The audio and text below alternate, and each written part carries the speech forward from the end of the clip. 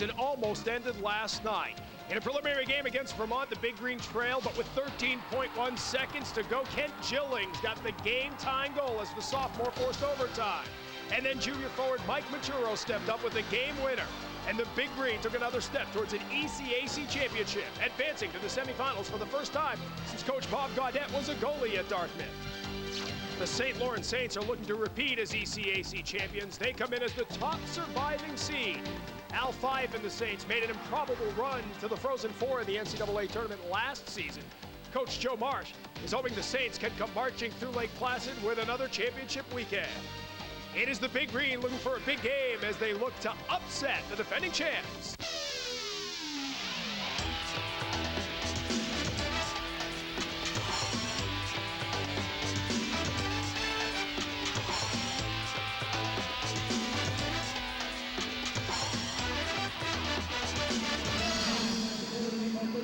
Live from the Olympic Center at Lake Placid, New York, it's game 2 of our semifinal doubleheader. The Dartmouth Big Green take on the defending champion Saints of St. Lawrence. The winner moves on to tomorrow night's championship to take on the Cornell Big Red. Tom Karen, Bob Norton, Greg Madden with you here, getting ready for the second half of our doubleheader. The first one was all Big Red as Cornell moves on to the championship game. Now we're going to see a team playing for the second time in 2 nights as the Dartmouth Big Green came in with a win last night. It was a war, but they came away with a win over their rival Vermont. Yeah, I think the important thing for Dartmouth is to have a good first period. I'll tell you, it looked like a war zone last night in the locker room after that game with both teams. This first period was very, very important for Dartmouth, but they've got a good team. Vermont actually led this one into the very, very late stages of the game last night.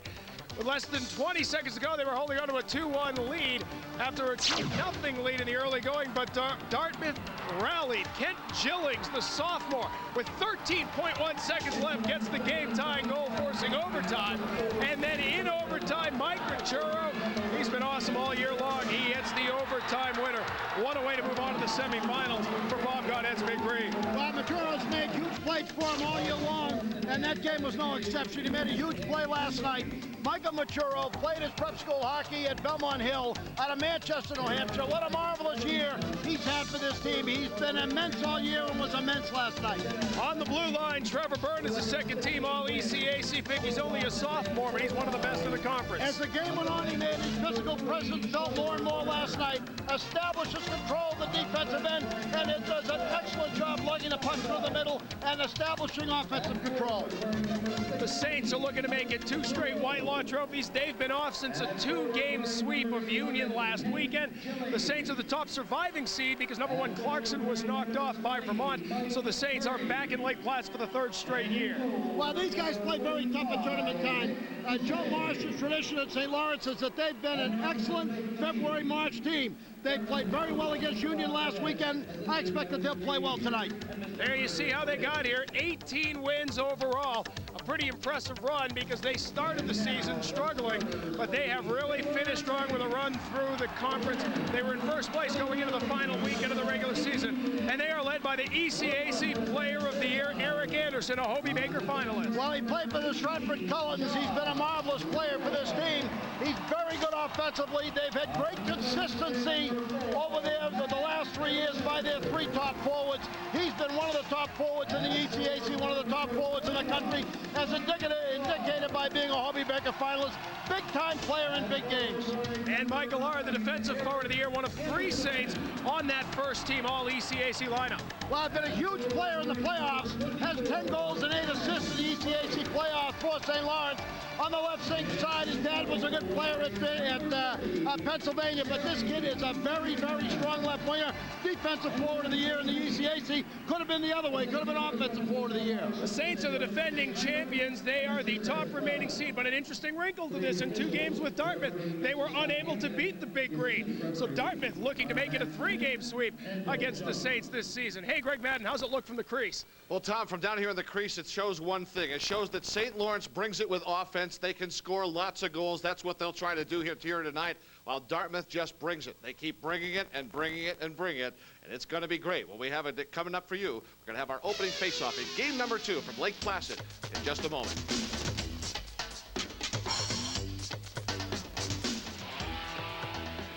For Portions of tonight's ECAC Game of the Week are brought to you by ECAC, the official facial of ECAC hockey.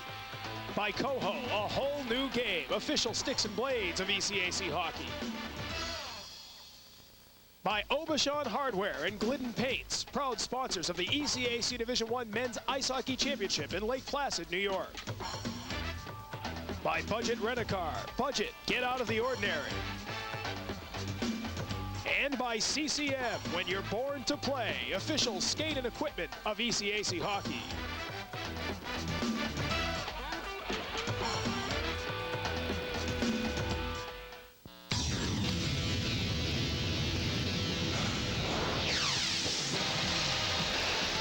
The road to the Frozen Four runs through Worcester, Massachusetts, as Boston University hosts the Division I Men's Ice Hockey East Regional, March the 23rd and 24th at Worcester Centrum Center. For tickets, call 617-931-2000. That's 617-931-2000, or log on to ncaaIcehockey.com. The big one in paint is Aubuchon Hardware. Aubuchon Hardware, doing it right. Tired of the colors in your house, or are you just looking for something new and exciting? At Aubuchon's, we've created a color palette for you to create whatever your mood is. You can now choose a feel for a room by selecting from one of the 4 moods. All colors within a mood are designed to coordinate with each other. It's easy. Use your inspiration and turn your dreams into reality at Aubuchon's. Aubuchon Hardware, the big one in paint. There's an Olympic mountain with the highest vertical drop and North America's fastest ride to the top. Whiteface Lake Placid. Cool mountain. Warm gondola. Oh my. There's a winter resort with crackling fires, twilight sleigh rides, and ski town nightlife. Whiteface Lake Placid. Real town. Real mountain. Oh my. We're here with Mark Recchi, the Iron Man, one of the best to ever lace up a pair of, whoa, new CCM 1152 custom tacks. Those puppies hug your feet. With form-intensive technology, they're tailored to your weight and your ice time with the foot wrapping thing and the molding thing. Can I try them on? No. Just one. The new CCM Tack Series. If the skate fits, wear it. Autograph?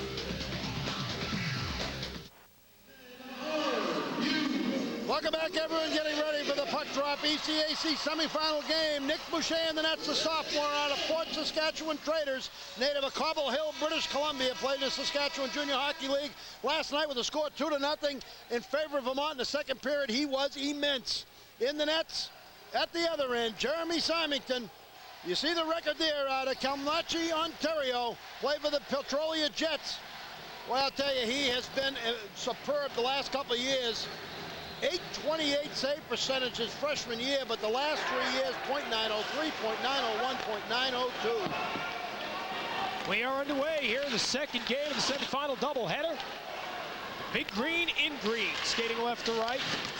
Home ice advantage to the higher seed, the number 2 seed in the postseason, the top remaining seed with Clarkson gone. St. Lawrence looking to make it 2 straight ECAC championships, skating right to left in the home whites with the black and red trim. Joe Marsh's team back after in the defensive zone. A giveaway here as Murray fires it towards the net, off the side of the netting there. They send it out towards the front, poked away there, and the rebound comes out. Unable to control it as Al Fife. He has to pull back and get it started up ice after a couple of saves there from Jeremy Symington. Over center now, Fife dumps it wide of Boucher. He plays it over to the near wall. First ever appearance in Lake Placid. Obviously last night's game, the first appearance for the Big Green. 9 years since the ECAC championship has come to town here. Dartmouth finally joining the fun as they played in the preliminary game last night at the rally from a 2-0 deficit. Last weekend, a 2-game sweep of Rensselaer, the first playoff wins. The Big Green since Bob Gaudette was a goaltender back in '79 and '80. Yeah, I thought on Saturday night, the second game of that series, they played about as good a game as they could play against RPI. 95 shots in 2 games against Rensselaer. By the end of that series, they were just dominating the play. And Joey Marsh has done a great job. 2-time Spencer Penrose Award winner as the University Coach of the Year. Played for the legendary Charlie Holt at Holy Cross. And Snooks Kelly went to BC, transferred from BC to the University of New Hampshire. So he played for two guys with a combined total of 900 wins, and he's got 400 of his own. So it's about 1,300 in his lineage. Puck battled for down there in the corner. Russ Bartlett, a transfer from Boston University, is tied up down in the corner. Talercio on him, and the whistle blows. We've played a minute 24, or minute 26 rather, here in the second game of our doubleheader. Take another look at Joe Marsh. Led him to the Frozen Four last year.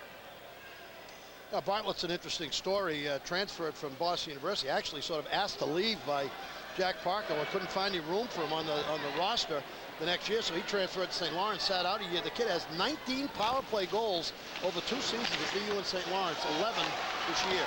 Shot from the point as it was fired through by Brian Van Abel, the freshman defenseman. Big Green have taken it to the Saints so far here in the first couple of minutes of play. A shot there for P.J. Martin, the rebound. Save made Symington as he went down and got a piece of it. Boy, Talercio point blank. I don't know how Symington got that one. A couple of early saves for Symington, keeping his team's bacon out of the fire. P.J. Martin going to start it up ice. The sophomore out of Haverhill, Massachusetts, through neutral ice. Quick 4 shots on net. But Dartmouth, there's the first of the game as it's fired through from neutral ice. Boucher able to make the stop. Another shaft. Here's Charlie Daniels, excuse me, Bob, out in front as he tried to wrap it around. Yeah, another shaft broken. P.J. Martin. Someone's got to get some new glue down there. Yeah, blade the shaft. So P.J. Martin lost his tickets off the ice. We saw it in the first game. They got to get some better epoxy down here. Spencer Martin from Haverhill. He went to St. John's Prep. Here's Dartmouth getting after it in the offensive zone. Jason Costa, the freshman, really played well in the second half of the season. Plays around behind the net. Michael Byrne looking out in front for Jamie Harrington. Harrington didn't play last night. He was banged up in the second game of the series at Rensselaer. Actually, an injury to the tailbone. Well, those can be painful. Jim Lorenz picks it over the offensive zone and he sends it wide. Couldn't quite wait for Peverly to get over there from the left side.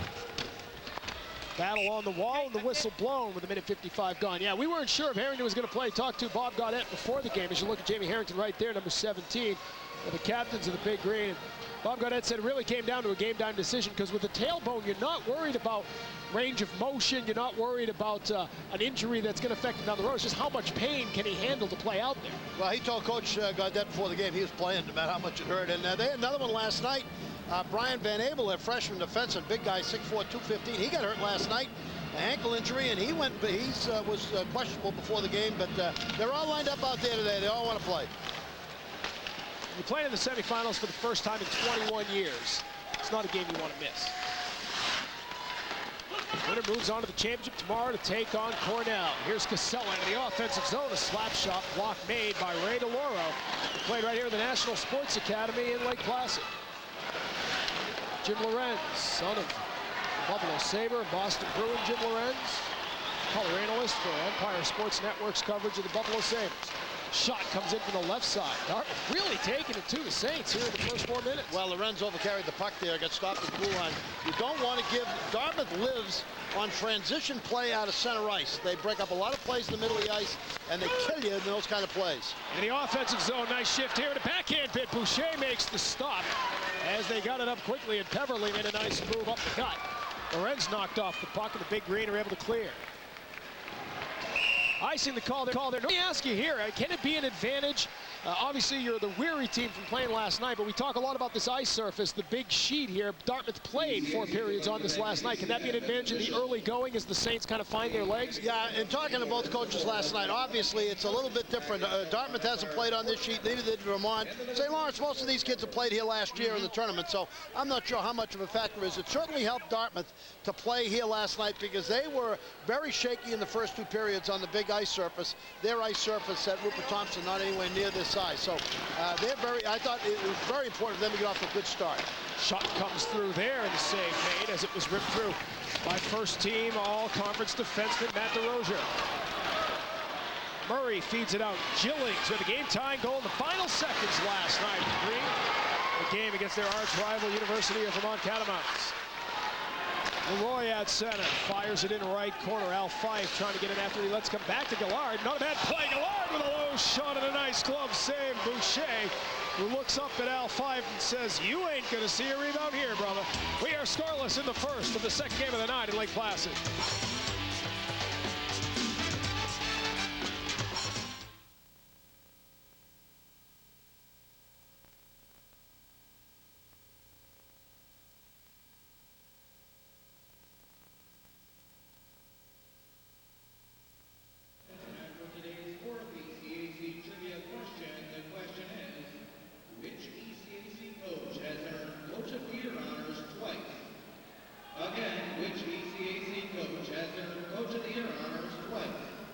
Think about it. We'll provide the answer during the next television timeout. ECAC would like to thank ITech for its continued commitment to the ECAC and its member institutions. The ECAC recognizes Go and Joe as the official sticks and blades of the ECAC and Eaton as the official goalie equipment of the ECAC. The support of these companies assists our efforts to produce our regular season television games. Hi again, everybody. No score, 15:38 remaining. Nick Boucher was splendid last night for Dartmouth against Vermont, and he was great here as he stops Gillard. Gillard, puck comes off the wall. Gillard comes off the forehand by the dot, snaps one off, and Boucher with the glove. You know, .908 career save percentage. Here's a 2-on-1. Sommerfeld going in. Great job by DeRozier as he forced him wide. Saw there by Matt DeRozier, one of the best defensemen in the conference, as he took honors as a first-team all-conference selection. Matt DeRozier, a 4-game assist streak with a couple of assists last weekend in the quarterfinal series with Union.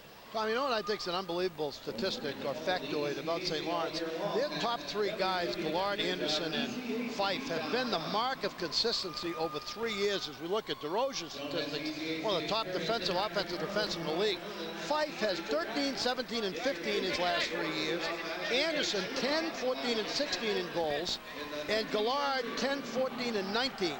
You look at those stats, those kids have averaged 15 goals a year over the last 3 years. That's amazing from consistency from sophomore to senior year. Russell Bartlett bringing it out over neutral ice is tied up there as Nardella brings it back quickly into the offensive zone. Nice move by Nardella, but a nice play by DeRozier. Stayed with it all the way and pulled the puck away. Bartlett at center ice tried to find Robin Carruthers. Big hit there as Baldwin got dumped into the St. Lawrence bench by Blair Clarence. Trevor Byrne back after it. He's battling now into the corner as he tries to dig it out. 5th round draft pick of the Blues back in 1999. He was the first Dartmouth player drafted since 1991. Nick Boucher joined him a year later. Benaruzo has a little trouble with the clearing pass. He gets it away now to the far side. Ryan Glenn kisses it off the glass, gets it out to neutral ice. 5.5 gone here in the first period. Our second game of the night. Cornell moving on a 5-2 win over Harvard in the first semifinal. Glenn up to the blue line, sends it in. Mike Turner gets back after it, picked off there. Sean Muir tried to drop it back. It was broken up by Michael Byrne, and it comes back into the Dartmouth end now. Boucher leaves it behind the net. We've got a penalty here against Dartmouth. Yeah, this is not a good penalty. Tisdale's going to take one for interference right behind the goal line. You know, that's not a good penalty because Dartmouth had control of the puck with 14:03 remaining and was heading up the ice. Dartmouth does not want to take unnecessary penalties against St. Lawrence. They're a very good team on power play. There's the interference call right there. Clearly evident. Official was about 20 feet behind the play, so it was right in front of him. So Dory Tisdale goes off on a interference penalty. The defenseman from Merritt, British Columbia, played for the Langley Thunder, and St. Lawrence on power play where they're 5th in the country. And they have it in the offensive zone now as Eric Anderson tried to play it along. It was broken up and cleared up, but not out, kept in. At the point by DeRozier. Now it'll be fired off the far wall by Mahler. As Mike, or check it, it is Peter Mahler clearing it out. Anderson has 8 power play goals. 25% of the time Dartmouth scored on shorthandedly. A lot of that came to the end of the year. They've been better lately. 24% on the power play, best in the conference, as you said. Quick of the nation. Shot comes through there. It was just tipped wide, I think. Rozier gets it back. Tees it up again, takes it down low. His shot was blocked. Mahler got right in front of it. Peter Mahler dives in, can't sweep it out of the zone as St. Lawrence keeps it in. P.J. Martin got taken away from Gillard. He gets it back. DeRozier keeps it. Matt DeRozier slides it across. Al Fife gives it back to him. DeRozier fires it through, and it was wide. They like to set up DeRozier with that big shot over on the side. Fife has it here. He'll give it back to him. DeRozier plays it down low, but it was out of the reach of Aaron. P.J. Martin knocked down in the corner. Puck kept alive. Gillard up top for DeRozier. Slap shot off the glove of Boucher and went over the crossbar. Fife gets it back. 40 seconds remaining in the power play. Fife down low. Bartlett got a piece of it, looking for his 12th power play goal of the year, but Boucher made the save. The big green clear. I love that play. That was a design play all the way. Fife to Bartlett. What a beauty. Leads the conference with 11 power play goals. Russ Bartlett does. 19 in his career. 8 of those at BU. 15 seconds now remaining. They're on the Saints' man advantage. It has looked good, but they haven't been able to get it past Boucher. He comes out to play now. Boucher got it up on the wall. DeLauro keeps in, battling there as Baldwin tried to dig it out. Comes back in. We're back to even strength. 8 minutes gone here in the first. Carruthers centering pass picked off there as a good read to Trevor Byrne, who brings it quickly up ice. Byrne to Baldwin. He couldn't get around Ray DeLauro, and he goes down. Byrne gets it back as Baldwin is slow to get up. The ECAC player of the week may have been injured here. Into the offensive zone for the Saints now. They play it back on the right side, picked off by Pete Sommerfeld. They have the numbers if they hurry. Kent Gillings across center ice. Gillings into the offensive zone now. Baldwin stayed out there. Now he'll come off, still gingerly, as he heads over to the Dartmouth bench. Chris Baldwin, the ECAC player of the week, after 3 goals and an assist in the 2 games against Rensselaer last week. Tisdale fires it through. Gardella got a piece of it and it went wide. Dartmouth getting after it in the offensive zone. Maturo knocked off the puck. Leroy gets after it. Josh Leroy lays it out, and the Saints control it here. Charlie Daniels over center. Dumps in left wing side. We've played 9 minutes of the first period. We are scoreless. Tisdale gets after it. Gives it up ahead left side. Michael Byrne in front to the doorstep, and unable to get the shot away was Dory Tisdale as he just couldn't handle that bouncing puck. Ended up going off the side of the netting. So Dory Tisdale and the Big Green with some great opportunities, but as of yet they can't beat Jeremy Symington. We are scoreless here in the first.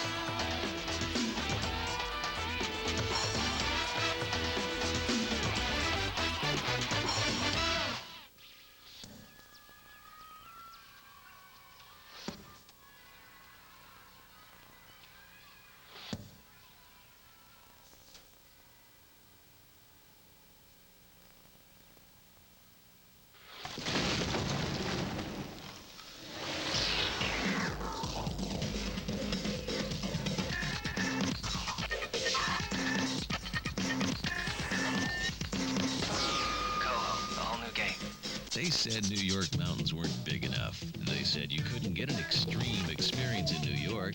They told you you'd have to drive for hours for killer conditions. Yeah, right. Come on, this is New York. We don't do anything small here. And this is your mountain. With a brand new snowboard park and boasting Skiing Magazine's best new lift, the new 8-passenger Northwoods gondola. If you've got the need to conquer, you just have to ski the new face of Gore. Ski the new face of Gore. Welcome back, everyone. No score. 10:46 remaining in the first period. Dartmouth has a good chance here coming into the zone. Ooh, a little slash right there on Chris Baldwin. That's what knocked him out of commission.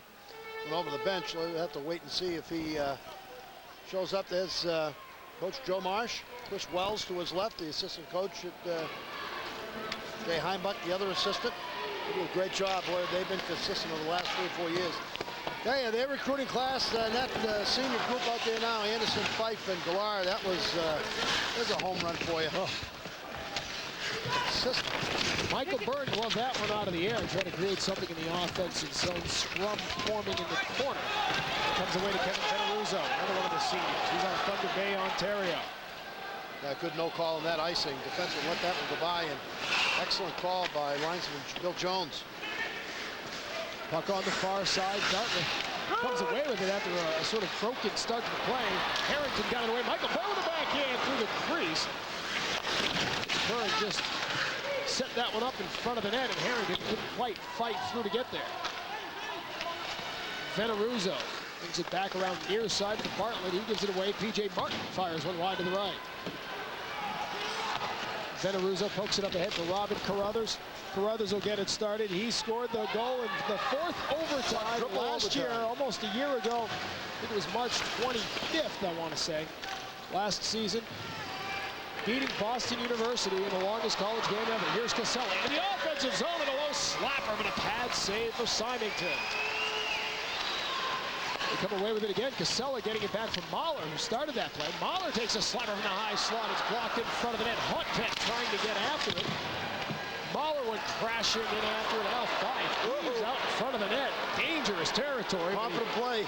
Lived away to pull it out, and here he goes in the offensive zone. Al Fife goes upstairs. And it went up over the glass and came around to the near side. And that Hobie Baker feature, we saw Jonathan do that a few times, didn't we? Yeah. Little upstairs near side. Shot there low, stick save for Boucher. So Fife showing the confidence of a senior, dancing around in front of the net with 3 green jerseys in front of him, and he ended up coming away with a great bid on the other end. Nardella comes in from a tough angle, sent it across the goal mouth. The Saints trying to counterpunch, turn defense into offense, but they've got to backtrack here as Ray DeLauro will get it started. He's out of Bensalem, Pennsylvania. As we told you, played right down the road here at the National Sports Academy. All-rookie selection in the ECAC as a freshman. 14 points now as a junior, a draft pick of the Atlanta Thrashers in 1999. And I'll tell you what, over the last couple of tournaments, as we talk about Ray DeLauro, always a good player, but he always is one of those guys that we really notice here at Lake Placid and in the tournament. 6'2", 220. He's got good size. He's got great presence. And he can skate. He can skate. And that, when you put, one of the things you have to have when you play on one of these Olympic sheets, you have to have the ability to skate. You have to have the ability to move your feet in the defensive zone defensively if you're a defenseman. And there's just a lot of room behind the goal line. You've got to be able to move back there and handle a puck. The Saints started the season 3-7-3, but they just had a brutal schedule. Joe Marsh put them out there against the mettle of U.S. college hockey in the early going. It proved to be the good call because by the time they settled into the ECAC schedule, they were a pretty well-tested team. If they could have won just a couple of those, it would have really helped their RPI. Make all the difference right now. The problem they have if they don't win the tournament, their RPI is not strong enough to possibly, I don't think they think they're going to get in. There's a giveaway in front, and a backhand bid for Charlie Daniels was denied by Nick Boucher. And the Big Green bringing out the other end. Baldwin trying to dance into the right side. Poked off his stick by Josh Leroy, and we got an offside whistle. We are scoreless in the first. The Big Green certainly not looking weary after last night's overtime win. They're playing toe-to-toe with a defending champs.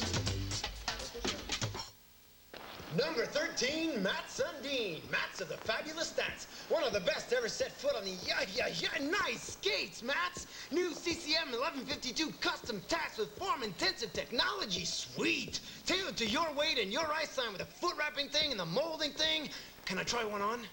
No. Please? The new CCM tack series. If the skate fits, wear it.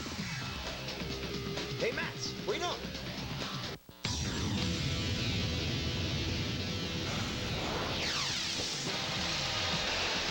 The road to the Frozen Four runs through Worcester, Massachusetts, as Boston University hosts the Division I Men's Ice Hockey East Regional, March the 23rd and 24th at Worcester Centrum Center.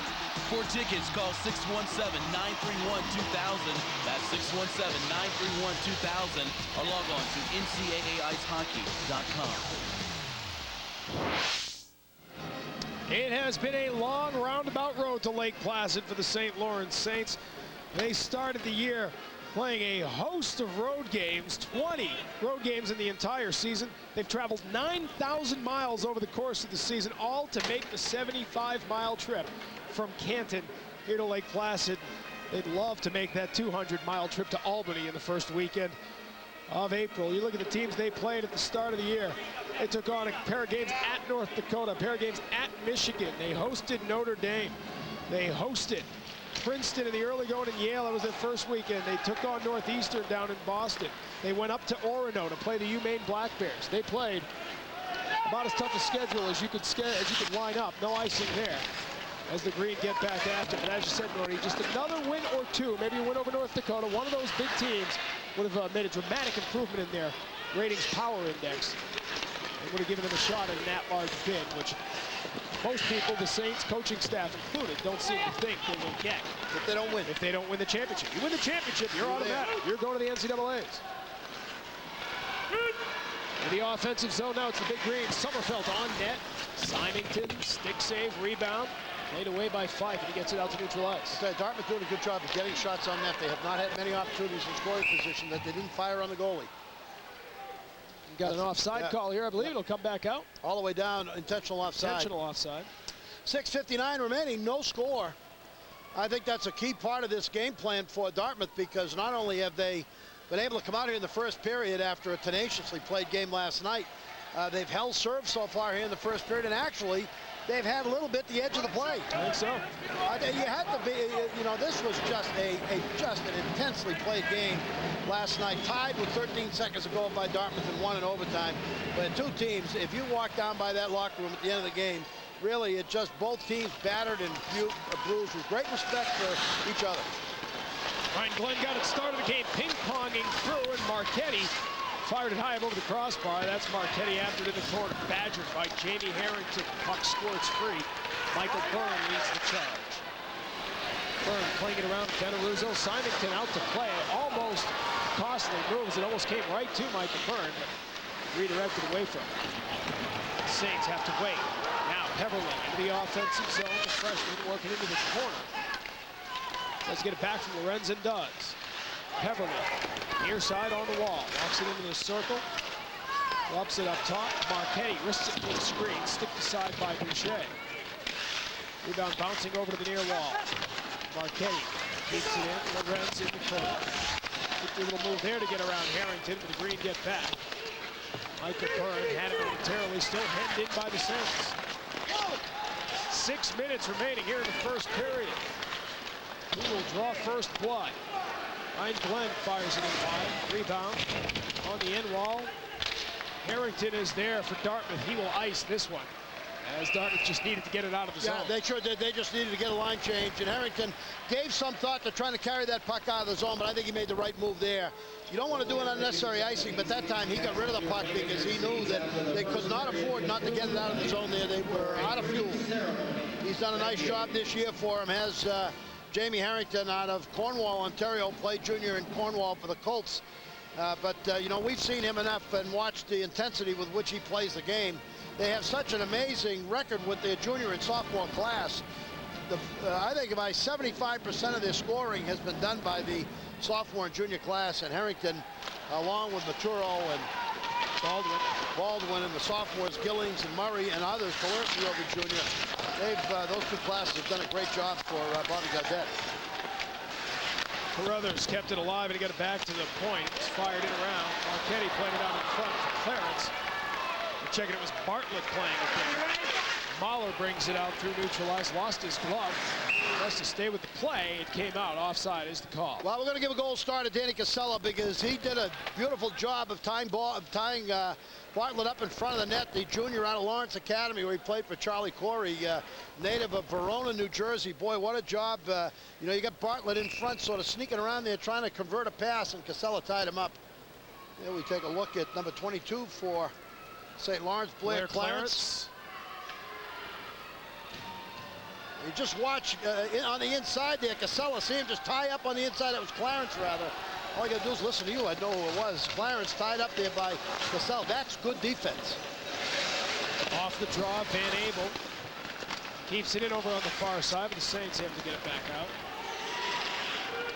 Dumped in left wing corner here. The Green get back. P.J. Martin first. Big Green skater on it. 5 minutes remaining here in the first. If there are any questions if the Big Green can play with the Saints here in Lake Placid, they have been answered here in the first period. They've had the better of the opportunities. Nice job there by Symington, who came out in traffic and played it away to neutral ice. Pete Sommerfeld got it started. Charlie Daniels gloved it down and sent it in. He had a goal on Saturday against Union. Left side, Talorcio fighting through the check, trying to bring it out in front of the net. Knocked off the stick. He's knocked into the net. And it comes off its mooring with 4:28 remaining. Tom, it's a good matchup for Dartmouth coming into the game. Obviously, a little tired after last night, but they have pretty good confidence level against the St. Lawrence team. They beat them at Dartmouth, and they tied them at St. Lawrence. So they have confidence that they can beat them. They're trying to work the puck to the front of the net here. Good defense by St. Lawrence as they come. Talorcio is one of those guys that just finds himself around the puck most of the time, and that puck sort of sticks like glue to his stick. Chris Talorcio has had a nice year out of St. Paul's, played at St. Paul's out of Farmingdale, New Jersey. 17 points on the season for the junior. And they beat him 5-4 at Thompson Arena, a 2-2 tie up right at at the end of the Appleton. year, yeah, where St. Lawrence is fighting for first place. And the 2-2 tie was up at Appleton. Shot came through there to save. Made the rebound, swept aside. That was in the 50th anniversary celebration game for Appleton Arena. So Big Green kind of throwing a damper on that celebration. Gillard left side, centering pass. One time, DeRozier came way down low in the slot. He almost made his presence felt, but Boucher was able to make the stop.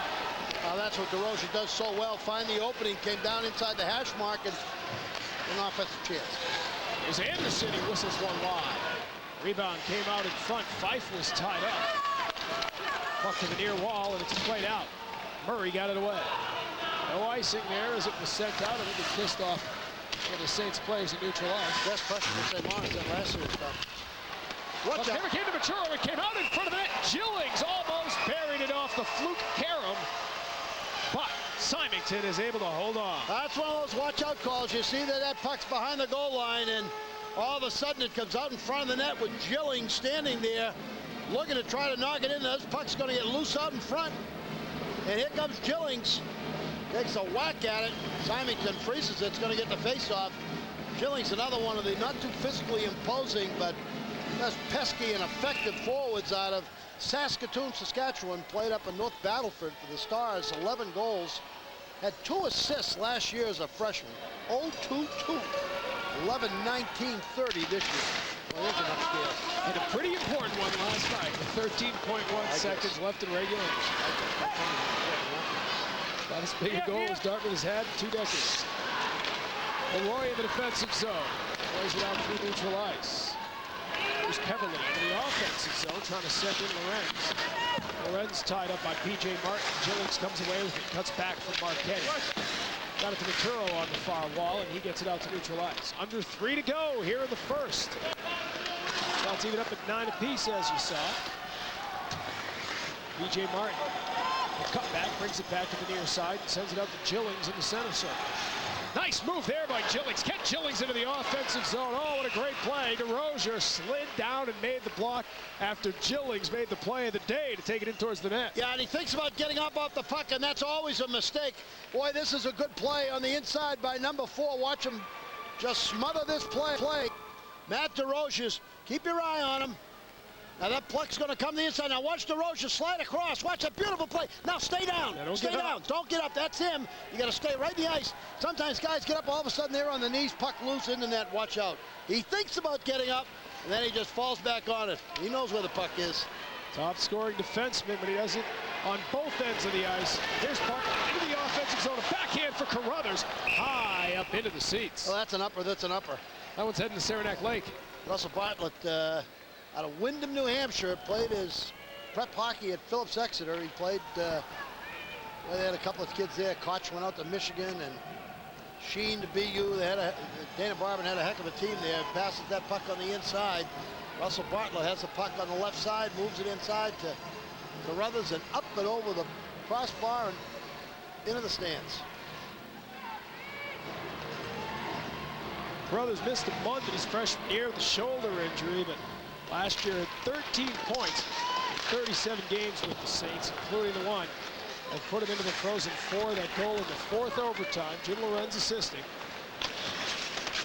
as they stunned BU. The big question coming into this year was, how do you replace Derek Gustafson? The Symington has answered that question. Sean Copley's played well for them when they played him too. Early on, it was a pretty straight rotation. Really, until the last, tough one there as Boucher sort of, he's got caught against the post, and he's able to handle it. Actually, Copley has the best average against Dartmouth. He's got a 1.85, .938 save percentage against Dartmouth. Symington with 14 wins now, though, at 14-7-0, playing his 25th game. Here's a pickoff. The offensive zone. Mahler trying to battle through. Didn't quite get after it. Big hit there. Mahler goes banging into Ryan Glenn. Forces a turnover in the offensive zone. What a shift here from Mahler. He gets after it in the corner. Tied up by Veneruso there with the puck free. Casella tried to get it back out to Mahler. Broken up, and Glenn clears it away. So Peter Mahler, a little how do you do down to the Saints' end as the icing call comes here. It'll come back on the other end. Mahler had a golden assist last weekend. Really has turned it on. The senior out of Minnetonka, Minnesota in the Taft School wants to make these final games memorable. He just sat on that pass in the middle. It was about a couple feet inside the blue line and just sort of waiting. He's just looking right there. Just a bad centering pass into the black hole. Mahler, a little dipsy-do, can't get off the shot as St. Lawrence converges, but then he just busts into the corner and takes on Ryan Glenn, the freshman out of British Columbia. Nardella, Talercio, and Baldwin out there to take the draw. Nardella and Anderson do battle. Anderson wins the draw back into the corner. Nardella, another pest. There's P.J. Martin, and he fires it through the screen. Tough save there, but Symington made it. Penalty coming up here on Ray DeLauro as Talercio went down and the whistle's blown with 1:06 remaining in the period. He's going to go off the tripping. Dartmouth's going to be on the power play. First penalty of the game, or excuse me, second penalty of the game. First against first the on Saints. Dartmouth, yeah. First on St. Lawrence. First penalty of the game was on Dartmouth. Dartmouth 25 for 128 in power play. They scored 20% of the time. Take a look at DeLauro. You're going to watch number 3, see if he can pick up left side of the net. That's where the penalty is. Right there it is. Right there. Goes off. Dartmouth last night did not score any power play goals. I thought they controlled the puck exceptionally well in power play. Moved it around. Coach Gaudette didn't think they played well in man advantage. They controlled it, couldn't seem to get it to the net. They didn't get a lot of great shooting chances, even though they had good perimeter puck movement. They did a good job on the inside, but they controlled it. Here they lose possession early. This is going to be one of those split power plays, and I think that hurts the team on man advantage. No matter where you are at the end of the power play, except if there's a breakaway, you're short-handed goal, going range, you don't mind that. Baldwin trying to break through on the right side. Talercio keeps it alive. Harrington has it. Up top, Baldwin, a wrister. Symington a save, and he holds on. Nardella was sneaking in looking for the rebound. Well, that's automatically better than they did last night, because last night they sort of moved it around, but they did not take a lot of shots in that kind of situation where Baldwin has it, and rather than delaying and see if he can find a better place to pass the puck, he just moves it. Just get the puck out the outside. Baldwin's going to get it right in the slot. Now shoot it right now. See if he can get somebody to the front of the net for a screen. Good move. That's what you got to do. P.J. Martin hustled over to the far wall to keep it in on a clearing bid. Now Leroy gets back on the second effort. He gets it out of there. Less than half a minute remaining. It's going to be less than a minute left in the power play for the second period. About 50 seconds to be exact. Baldwin to the right side. Knocked away from it. Puck off the near wall, comes out to neutral ice. Final 10 seconds winding down here in the period. P.J. Martin will just wrap it out to center ice. Still time here for the Saints. They want to rush one up. Yeah, I'm not sure that was a great release of the puck by Martin. Nothing comes up with Thomas Glenn, sends it right back in, and this first period comes to an end. So there'll be 54 seconds remaining on the Dartmouth power play when the second period begins. Good first period for Dartmouth, playing last night, playing against the defending champs, and they hold their own here through the first 20. Well, I think the best thing they did was they stayed even up. They held serve in that first period. They prevented St. Lawrence from getting a jump on them early on with potential for tired legs, but I didn't see any evidence of that in that period. I thought both teams played very well, and Dartmouth in particular seemed not to miss any from the tempo last night. Dartmouth outshooting St. Lawrence 11-10 here in the first period, so 11 saves.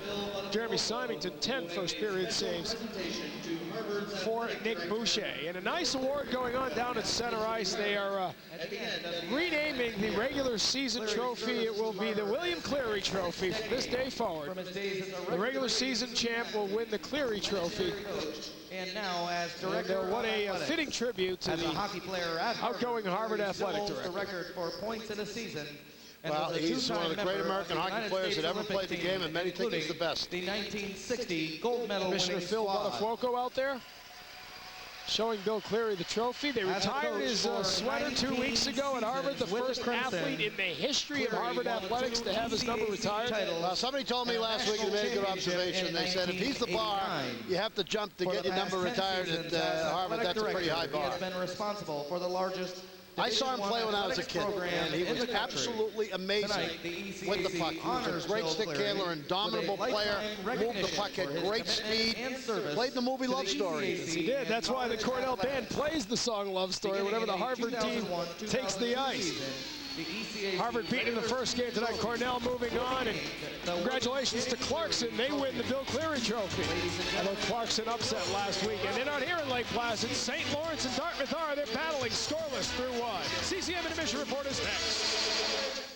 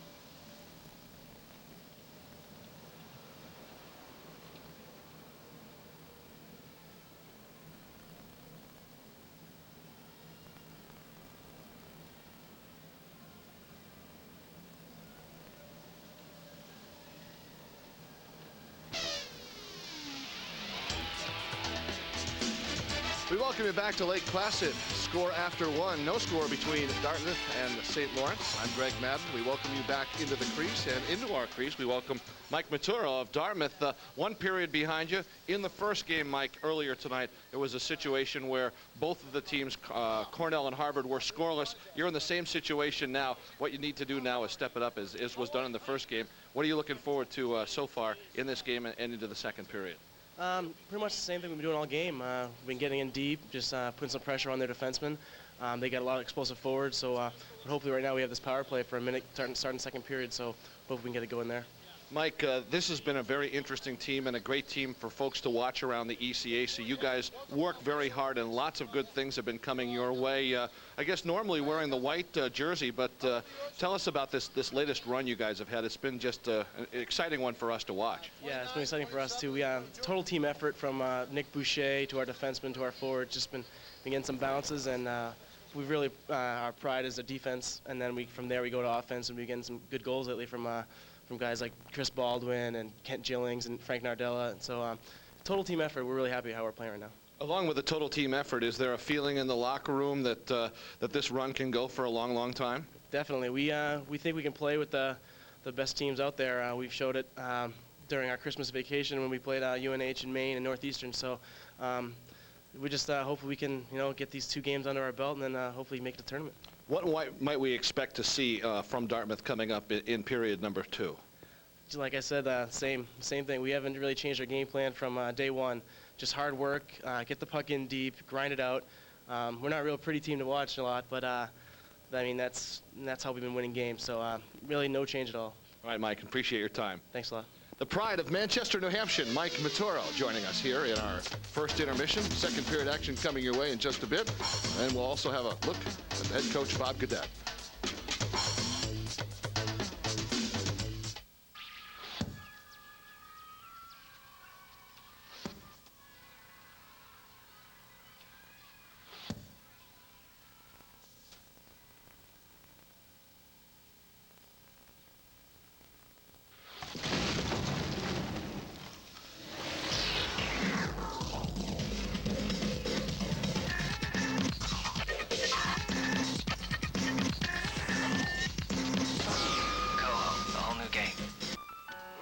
Come on, mister.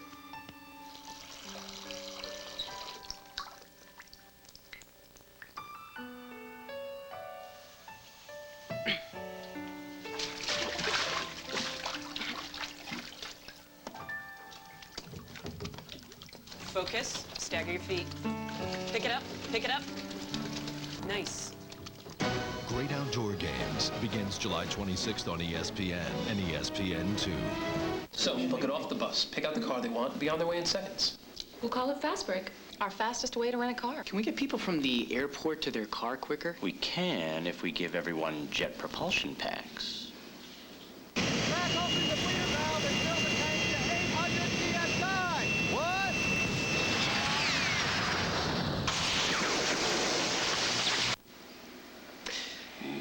I like the Fast Break idea. That's a great idea. I like that one. Okay, let's go with that one. Wow. The big one in paint is Ocean Hardware. Ocean Hardware, doing it right. Tired of the colors in your house, or are you just looking for something new and exciting? At Aubuchon's, we've created a color palette for you to create whatever your mood is. You can now choose a feel for a room by selecting from one of the 4 moods. All colors within a mood are designed to coordinate with each other. It's easy. Use your inspiration and turn your dreams into reality at Aubuchon's. Ocean Hardware, the big one in paint. Still scoreless after 1 period of play. Coming to you live from Lake Placid, New York. I'm Greg Madden. Had a chance a moment ago to talk with one of the Dartmouth players and really to find out a little bit more about how those players get their really good, strong leadership. Let's now go to our own Bob Norton, who has a conversation earlier today with Bob Gaudette.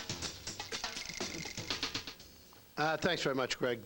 Bob, I'll tell you, over by the locker room last night after the game was over, it looked like World War II battle stations. Both teams banged up. Just a great game.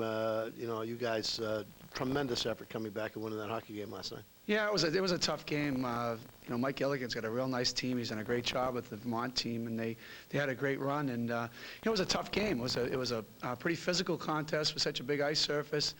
I think it was hard for us to get used to the width of the rink. I thought they played very well, especially in the first half of the game. And I thought as the game wore on, we got better. And into overtime, I thought we played really solid hockey. But the work ethic was there, and you know, it's a tough game. You know, kids really pay the price out there. You don't see that. You know, and like yourself, you're behind the scenes. You can see the kids that are hurting. We get shoulders, knees, you know, ankles. It's a tough game. Minute 23 seconds. You pulled your goaltender. Got it down, scored finally with 13 seconds. I thought Vermont, the last 5 minutes of the game, did a great job. To overtime with a little bit of momentum, I think. You know, they're probably a little bit down, but they're a great team, and our kids are high coming out, and, you know, we got another bounce. Mike Maturo got his own rebound and won the game for us. It was a big effort. He not only won the game, but he made some great defensive plays in overtime. We were talking before the interview about play on Sharp walking in, and your best players have come up with big plays when you need them. You know, sometimes guys have a 4th-line guy or a 3rd-line guy, but game after game, you look at that box score, and the guys making huge plays at the end of the game. Those junior kids and sophomore kids that have been real great for you all year. Yeah, Mike Maturo has been huge for us. He's got 18 goals this year, and that's a nice year for a kid to have, and he's just done it game in and game out. And they always seem to be big goals. Ken Gillings goes from, you know, no goals and 2 assists last year as a regular player to having, you know, close to 30 points this year. So that's great. And you know, Trevor Byrne and Pete Sommerfeld on the blue line, the whole defensive core, I think, and then, of course, Nick Boucher, who's just done a great job for us in goal. Chris Baldwin up front. You know, we've had a lot of guys. I mean, I could rattle off our whole team, you know, because it's really a team effort. And but a lot of our so-called big-name guys have come up big for us and showed some real good leadership and got the job done. Well, you've done a great job getting here. Good luck in the tournament, and it's been a lot of fun. Great year. Yeah, it's been fun. It's been great for our community, great for the support that we've gotten. The administration's been great, and you know, I'm really happy and proud of our kids, so hopefully we can just keep on. We got some good hockey left in us, I think. Well, we got that. The head coach of Dartmouth had a great year. He's been with us as our guest. You stick right with us. We're going to be back with more.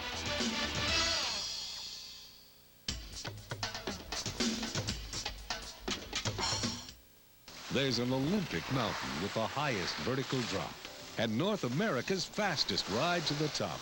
Whiteface Lake Placid. Cool mountain. Warm gondola. Oh my. There's a winter resort with crackling fires, twilight sleigh rides, and ski town nightlife. Whiteface Lake Placid. Real town.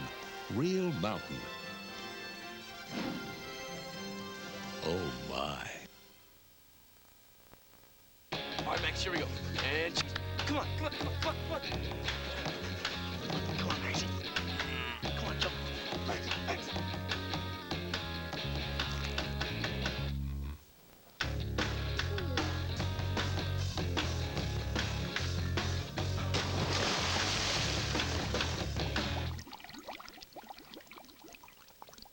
Great Outdoor Games begins July 26th on ESPN and ESPN2.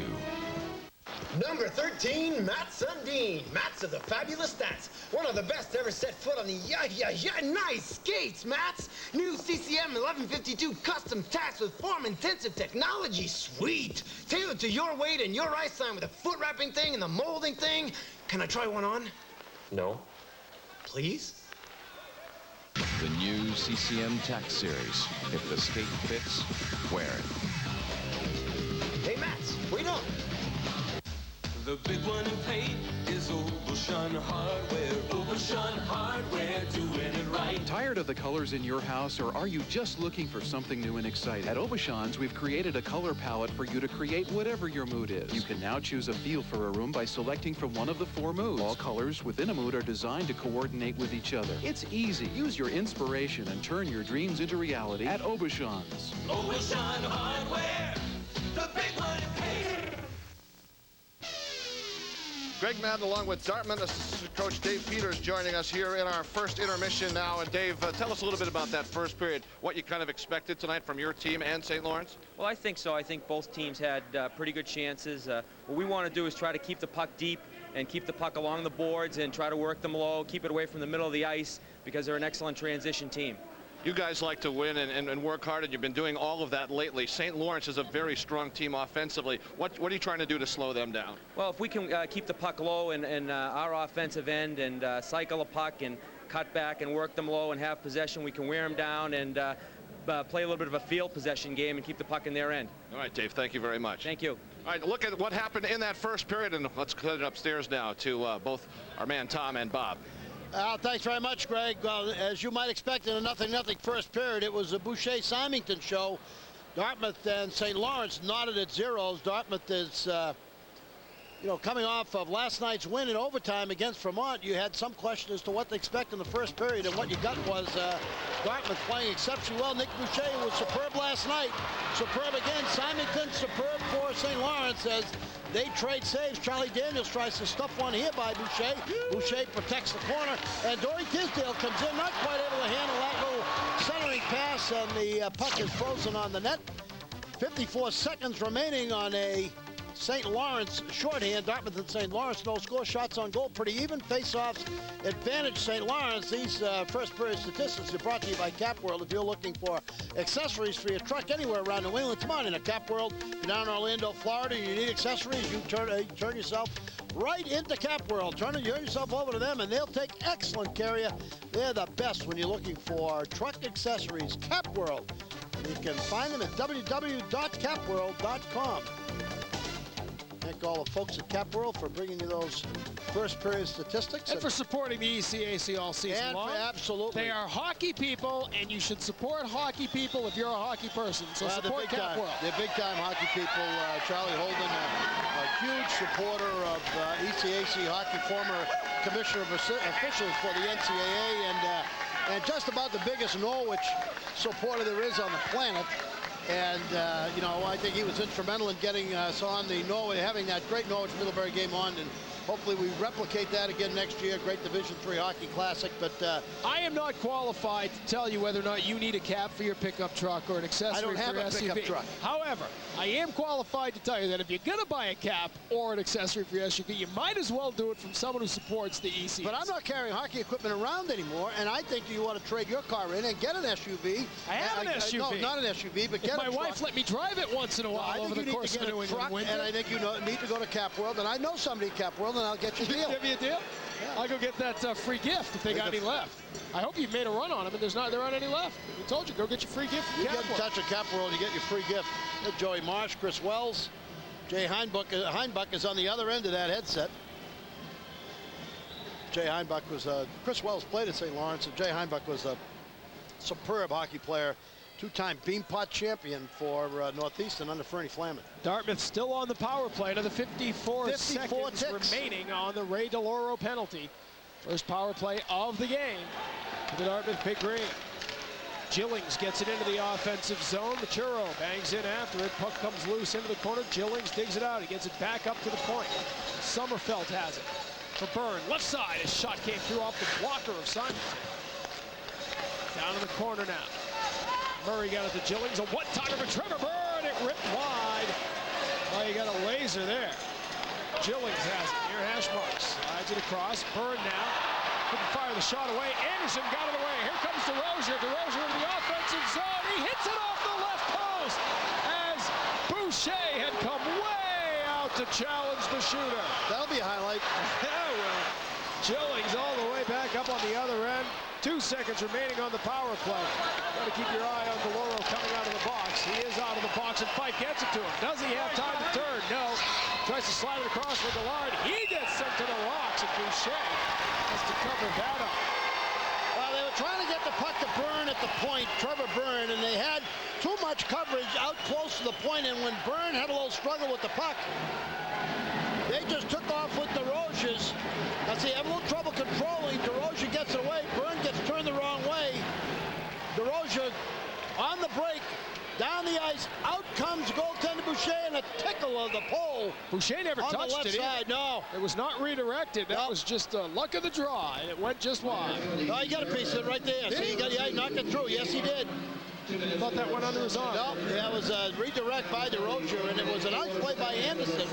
Anderson's the one that got the puck over to DeRozier's, and Boucher made no hesitation about that. He got out the he knew he was in some trouble. Penalty on P.J. Martin, interference they call it. Probably on the backside of the play. There's the obstruction interference, and P.J. Martin takes a good penalty there. Second power play of the game now for the Saints. Set it up on the right wing side. Obstruction interference is not a bad penalty to take if it's in the defensive end. Not a great penalty to take if it's in the offensive end. Third out length of the ice. The Saints will get back after it. Great power play, 5th in the country. You don't want to be man down too often against these guys. DeLauro carries over center, dumps it, it bounces by goaltender Boucher. Lorenz got it back. Leroy fires it through, score! Carruthers was in front. I don't know if he touched it, but it found the back of the net, and the Saints on a power play goal are on the board. Well, if Carruthers doesn't touch it, he has the goal scorer's mentality here as he goes directly to the net when Leroy's on the outside, acting like he might have had a piece of it. Coach Marsh loves this kid. He thinks he's a big-time, big-game player. Puck is going to get out on the point to Leroy, and Carruthers is going to work himself to the front of that. Watch right here. Here's Carruthers. He's going to go right to the inside. Nice play. You're going to see it again. There goes Carruthers. Good play. I don't think he touched it. I don't think so. Well, we'll wait and see. We'll wait and see. Was a big part of that goal go to the back of the net. Yes, he did. He got a piece. They call it Carruthers. assist on the shot. And number 60, Jim Lawrence. I don't think he tipped it, but they call it a Carruthers goal. No one's going to argue. The Saints are happy to be on the board here. It's Carruthers with the puck in neutral ice. Into the offensive zone. Carruthers looking for more. Puck comes through. Turning alley, Skelly fires it into the corner. Puck around, centered out in front, just out of the reach of Bartlett. Mike Turner held him up well. Here's Talurcio. Just does gain the line now, but a scramble on the blue line to get that puck into the offensive zone. Talurcio goes down. Nardella comes in and lays a hit. Puck comes away to Skelly. Puck at neutral ice, hustling back is Baldwin. Chris Baldwin leaves it over to Mike Turner, and Turner gets it started now. Jason Costa out there, the freshman. Out of Silver Springs, Maryland, he got it started. Fired right back in by Ray DeLauro, and the Green have to give chase. 2.5 gone here in the second period. Now in our first game, it was a scoreless first period. Cornell got on the board early with a power play goal, and that opened up the floodgates. They scored 3 goals in just over 2.5 minutes. Yep, Dartmouth's very vulnerable here, Tom. You know, they're just a little logy-legged right now. You can just see the little letdown after that goal. You know, they had the tough game last night. St. Lawrence jumped out on top with the first goal of the game, sort of a fluky kind of goal off a power play. And it's essentially a road game. It's pretty much all Saints fans here nearby. Can't really got to regroup right now. This is a very important time of the game to not get 2 goals behind, to just sort of stabilize things here. You don't want to call timeout this early. They're not at that point, but they've got to stabilize. There's an opportunity in the offensive zone, but not much coming to that as Michael Byrne had to go alone down in the corner. Harrington in to help out now. Puck comes free over to the near side. Jamie Harrington flipped it out. Costa battling in, looking for it. Penaruzzo got a piece of it. He comes up on the wall. Bouncing along, taken there by Peverly. And Rich Peverly over center, dumps into the right wing side. Lorenz giving chase. Peverly gets it back. Looking for Lorenz, picked off there. And the Big Green have it. Trevor Byrne firing it. His brother Michael on the far side. Senior dumps in. Huntvet came in looking to lay the big hit on DeLauro, who was braced for it. Marchetti carries through neutral ice. Marchetti into the offensive zone, drops it back nicely. This is Lorenz trying to get it back to DeLauro. One drop pass too many. Mahler raced for the hit. He got it away. Trevor Byrne rips it wide. Gallard trying to bring it into the offensive zone now. He drops it back and it comes out to neutral ice. This is Mahler trying to work it in on the left side. He gets upended, sent hard to the rocks. Josh Leroy says welcome to my zone. Gallard back the other way, rips one wide. Trying to go glove side. Little open ice all of a sudden. Here we go end to end. Casella trying to give chase. Ryan Glenn gets there first. Casella tries to lay the hit. Puck played back up on this side. Murray got after it. Taken back up, picked off. Casella fires it. Was it redirected? It went wide nonetheless. Simonton got a piece of it. The man set up in front of the net. Yeah, Casella had Murray standing alone right outside the goal crease, went for the shot, thinking that Murray might be able to get the rebound, but Simonton kicked it off to the outside. Bouncing puck comes out in front of the net. Gillings poked it back towards the front, and he's able to carry out now. Gillings with speed into the offensive zone. Leroy got a piece of it. It goes wide. Puck in the corner now. P.J. Martin fires it wide to the right. 5:20 gone here in the second. 1-0 Saints leading. Tisdale into a crowd. Anderson comes away with it. Eric Anderson will ice this one here as things were getting a little scrambly in front of Jeremy Symington. So the Saints are on the board. A power play goal. Josh Leroy took the shot. Did Robin Carruthers touch it? Doesn't matter. It's a 1-0 lead for the Saints here in the second.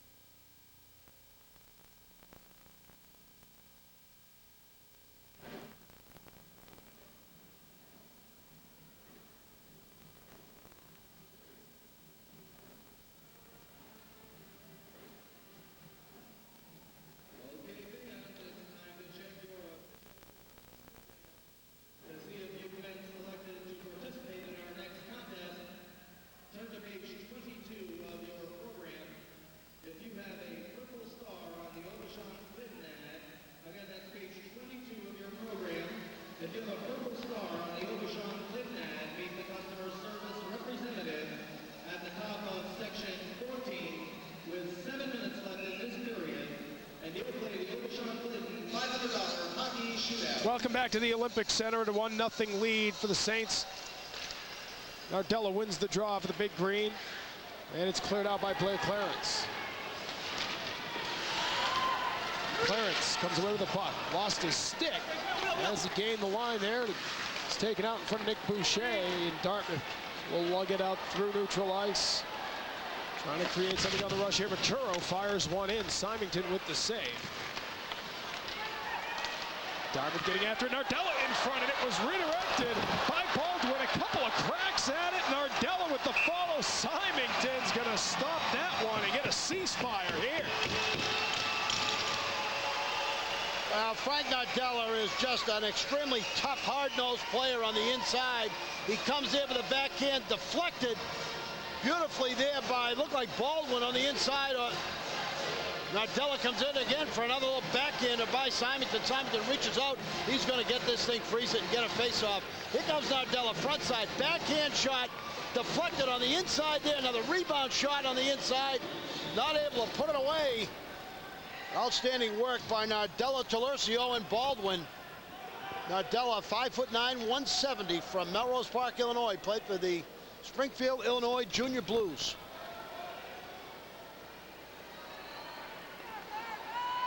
Such balance in their scoring. 14 goals for Baldwin, 4 for Nardella, but 18 assists, 10 goals for Talercio.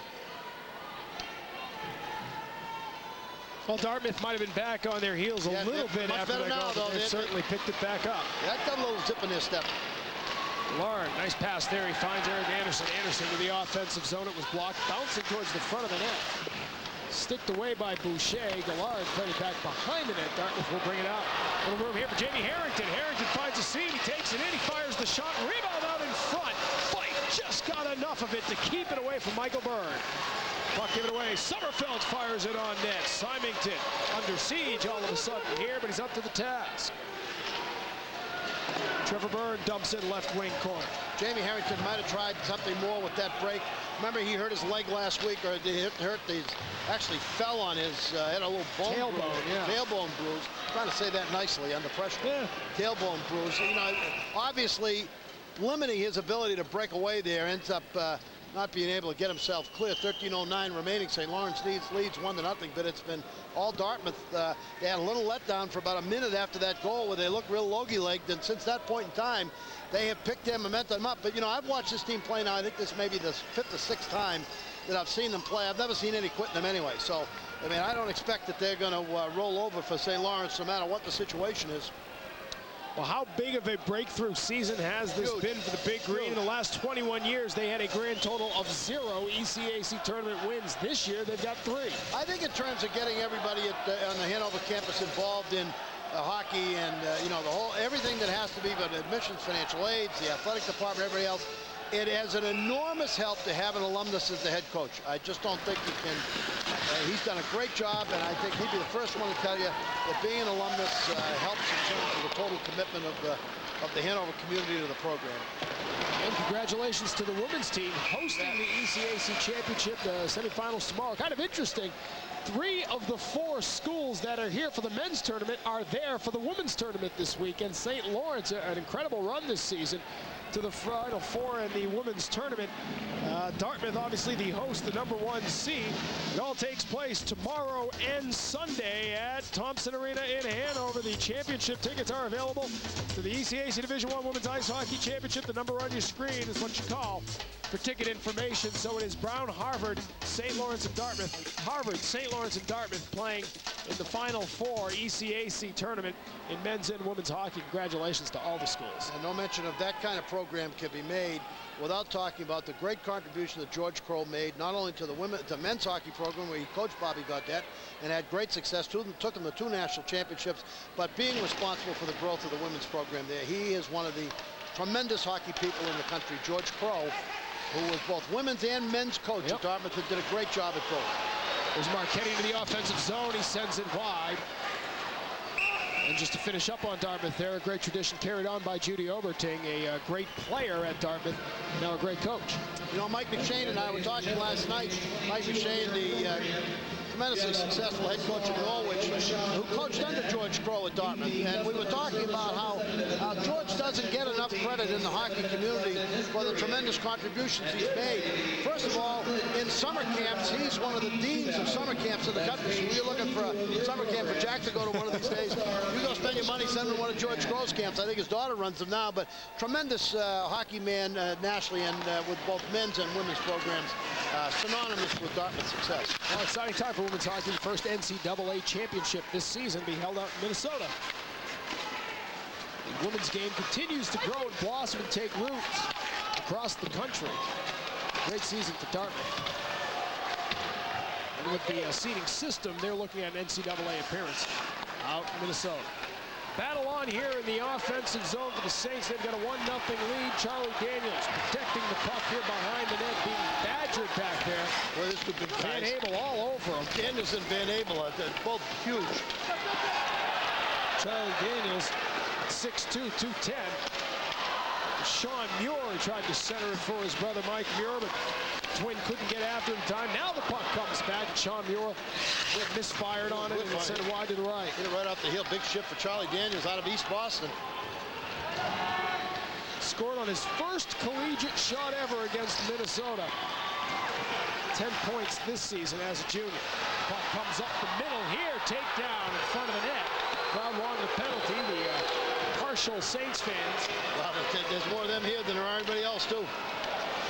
That's 75 miles away, third straight appearance in the semifinals for the Saints, who had never been here to Lake Placid before that. First 6 years of the tournament, the Saints, I thought they'd be here all the time right down the road. Here's Russ Buckland into the offensive zone. Nice play back here. P.J. Martin went down sliding, took away his avenue for a pass. Yeah, we're going to give a huge goal star to those Vermont fans who were packed in here last night. I'll tell you, what a tremendous tribute to the Vermont program. They had a huge crowd here last night supporting the Catamounts.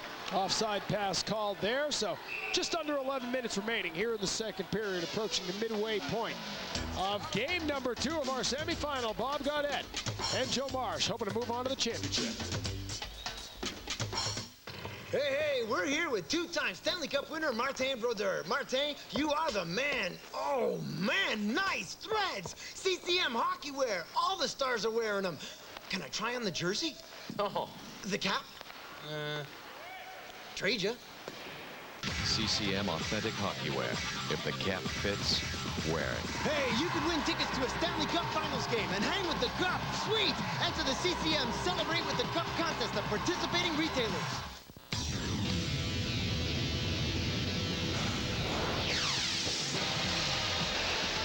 The road to the Frozen Four runs through Worcester, Massachusetts, as Boston University hosts the Division I Men's Ice Hockey East Regional, March the 23rd and 24th at Worcester Centrum Center.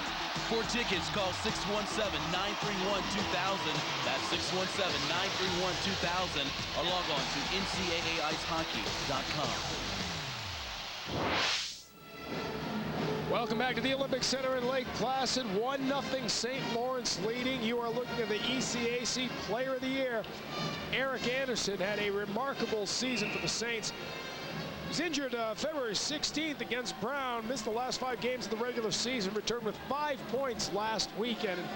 He is a Hobie Baker finalist. I want to congratulate the 3 ECAC players who have made the finalist list for the Hobie Baker Award. 10 finalists announced yesterday, along with Eric Anderson, defenseman Kent Huskins of Clarkson, and forward Jeff Hamilton of Yale, have made the list of finalists. The award will be presented in Albany on the weekend of the Frozen Four. Tough folks.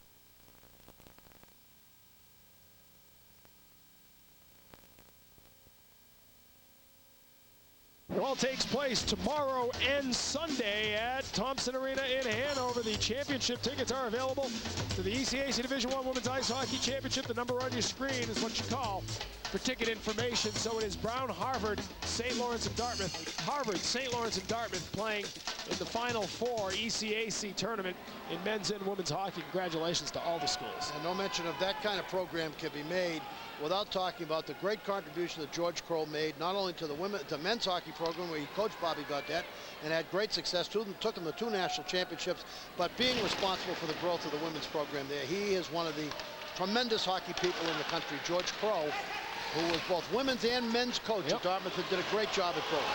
There's Marchetti into the offensive zone. He sends it wide. And just to finish up on Dartmouth there, a great tradition carried on by Judy Oberting, a great player at Dartmouth, now a great coach. You know, Mike McShane and I were talking last night.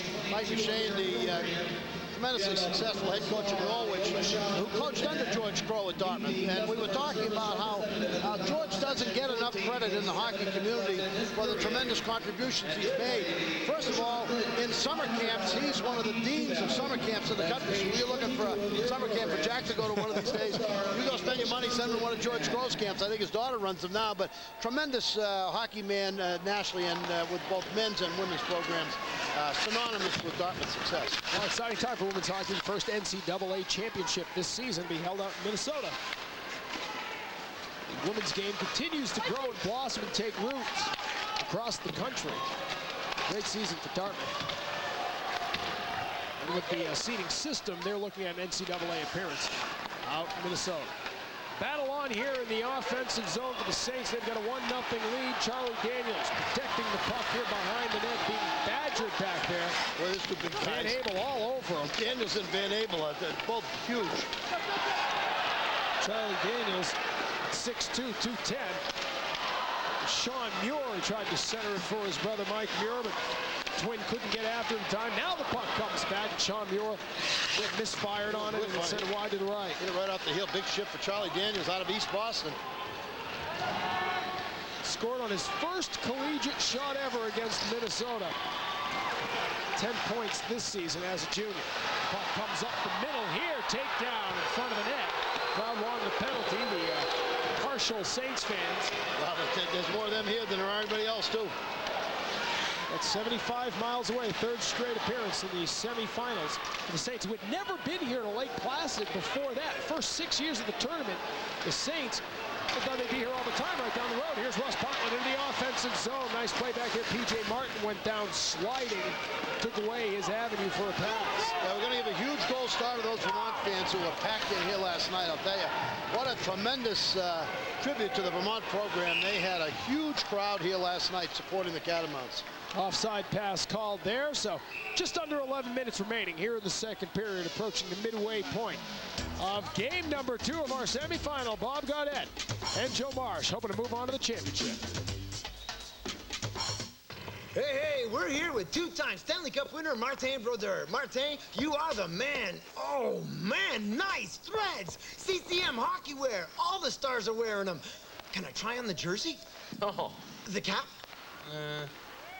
Trade ya. CCM authentic hockey wear. If the cap fits, wear it. Hey, you could win tickets to a Stanley Cup Finals game and hang with the Cup. Sweet! Enter the CCM Celebrate with the Cup contest at participating retailers.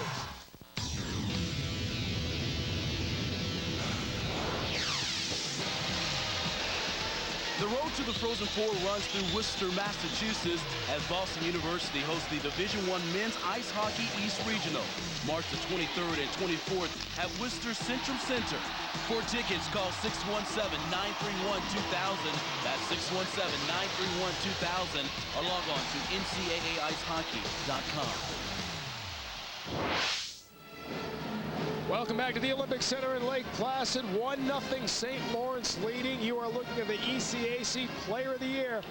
Eric Anderson had a remarkable season for the Saints. He was injured February 16th against Brown, missed the last 5 games of the regular season, returned with 5 points last weekend. He is a Hobie Baker finalist. I want to congratulate the 3 ECAC players who have made the finalist list for the Hobie Baker Award. 10 finalists announced yesterday, along with Eric Anderson, defenseman Kent Huskins of Clarkson, and forward Jeff Hamilton of Yale, have made the list of finalists. The award will be presented in Albany on the weekend of the Frozen Four. Tough vote.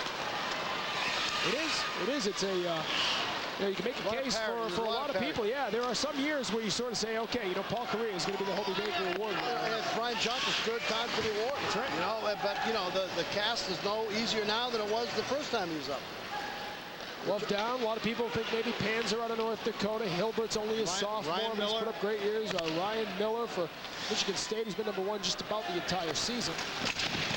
Ty Conklin just carried UNH all year long. Played, just had a tremendous season for him. Back to the point. DeLauro's shot is blocked. Puck squirts to the left side. Pete Sommerfeld got over there before Gillard could turn around. The great mark of Eric Anderson to me is the consistency, Tommy. 10 goals as a sophomore, 14 as a junior, and 16 this year. You know, that's just every year he showed up and done the same. Puck bouncing around. He finally sends it in. And the Saints will get back after it. 50 points on the season for Eric Anderson. Second to Mike Gillard, who finished with 55. Gillard, the first St. Lawrence player to win the regular season scoring title ever. Yeah, and you know, it's amazing, and I understand how it happens because there are just so many guys that are pretty even. You have a guy like Gillard, who is the leading scorer in the ECAC, first St. Lawrence player ever to do that, and he is the defensive forward of the year. Forward of the year. You know, I just, but you know, there's just a lot of talent out there, and this league has tremendous parity. Following the footsteps of Joe Perpick, who won a few years back for the Saints. Not quite having Sam Gillard scoring touch over. The Vancouver Blazers, 4-on-2 here now for the Saints. Marchetti into the offensive zone, takes it down low, looked to center, but hit off the netting. Waited a bit too long for the pass. Dartmouth defended that pretty well, though, on a odd-man run. Turner played very well defensively. His dad, good player here. Played over by Veneruso to the right side. Mike Turner played it up. Gets back after it again. And it's taken now by Costa. Off the glass and out to neutral ice. We'll have an icing call here with 9:05 remaining in this second period. So just one goal in this one so far. It is Robin Carruthers who made it a 1-0 game at 1:28 of this second period. The winner will advance for a St. Patrick's Day matchup with the Big Red of Cornell. By virtue of the Big Reds, 5-2 win over Harvard in the first game tonight. Speaking of St. Patrick's Day, we want to thank linesman Bill Jones, yes, sir, for sending up our compliment of 2 packages of St. Patrick's cookies. But since I'm listening to my nutritionist, I gave most of them away. Most of them. Most being the key word. Nice cookies with nice green vanilla frosting. He said, wait till tomorrow night. I'm worried about that.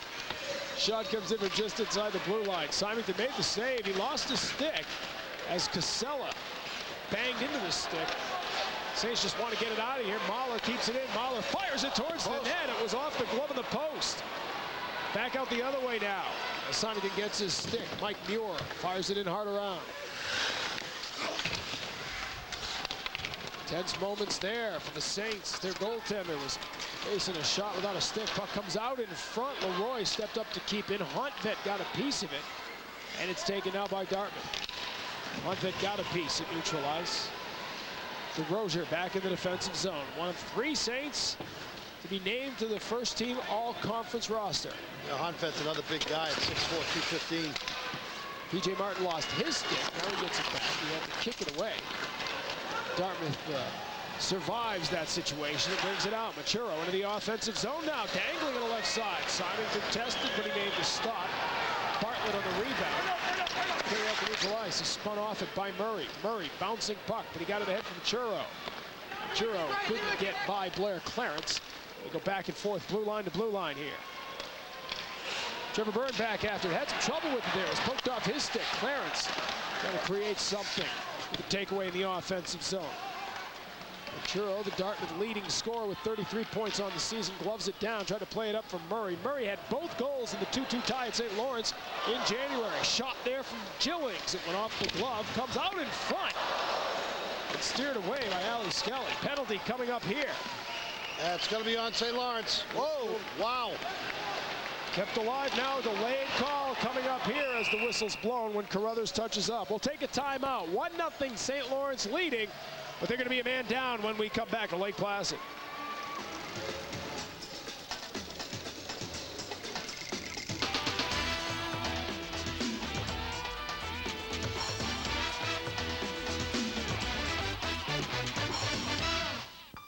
All right, come on, mister.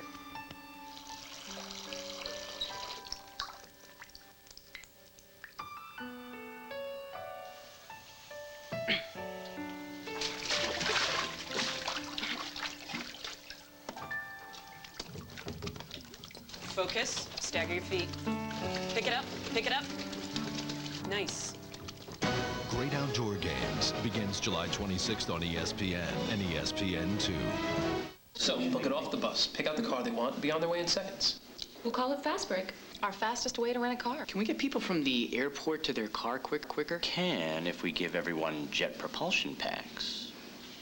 Crack open the bleeder valve and fill the tank to 800 psi. What?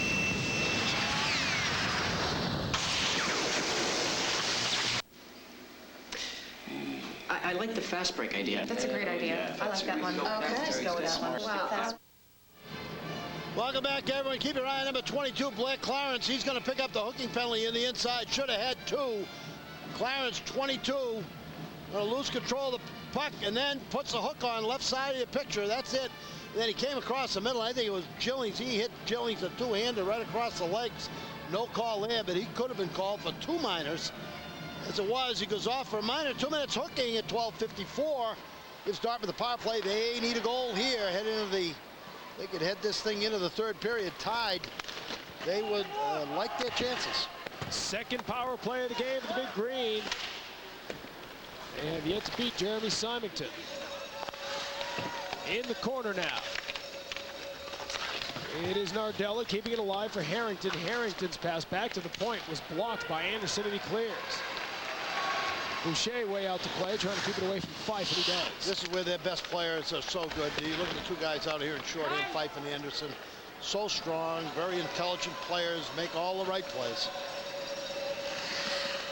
Puck played ahead on the left side. Tolorcio couldn't get there. It went off the skate of DeRozier. Roy, DeRozier, Fife, and Anderson, the penalty-killing unit out there right now for Joe Mark. Back to the point now. Kept it. Shot comes through. Save made. Symington. Rebound wide. That's a nice delivery. The rebound to the corner there. Harrington trying to get it back up to the point. Tucked away here. And Anderson tries to split the 2 Big Green players. He's taken down. And we've got a whistle. And a penalty will be called. Taken down on the break-in with 52 seconds remaining in that penalty. Well, Eric Anderson, we talked about him being a smart player, and this is exactly what he does. He gets himself out at the point and forces the turnover. They've done a real good job. Now watch it right there at the point. He's going to force that puck away. You get a turn in the wrong direction away from the puck, and that's just trouble. And that's what happens when you get the penalty. I think that probably would have been grounds for a penalty shot had they wanted to do that. That's marginal.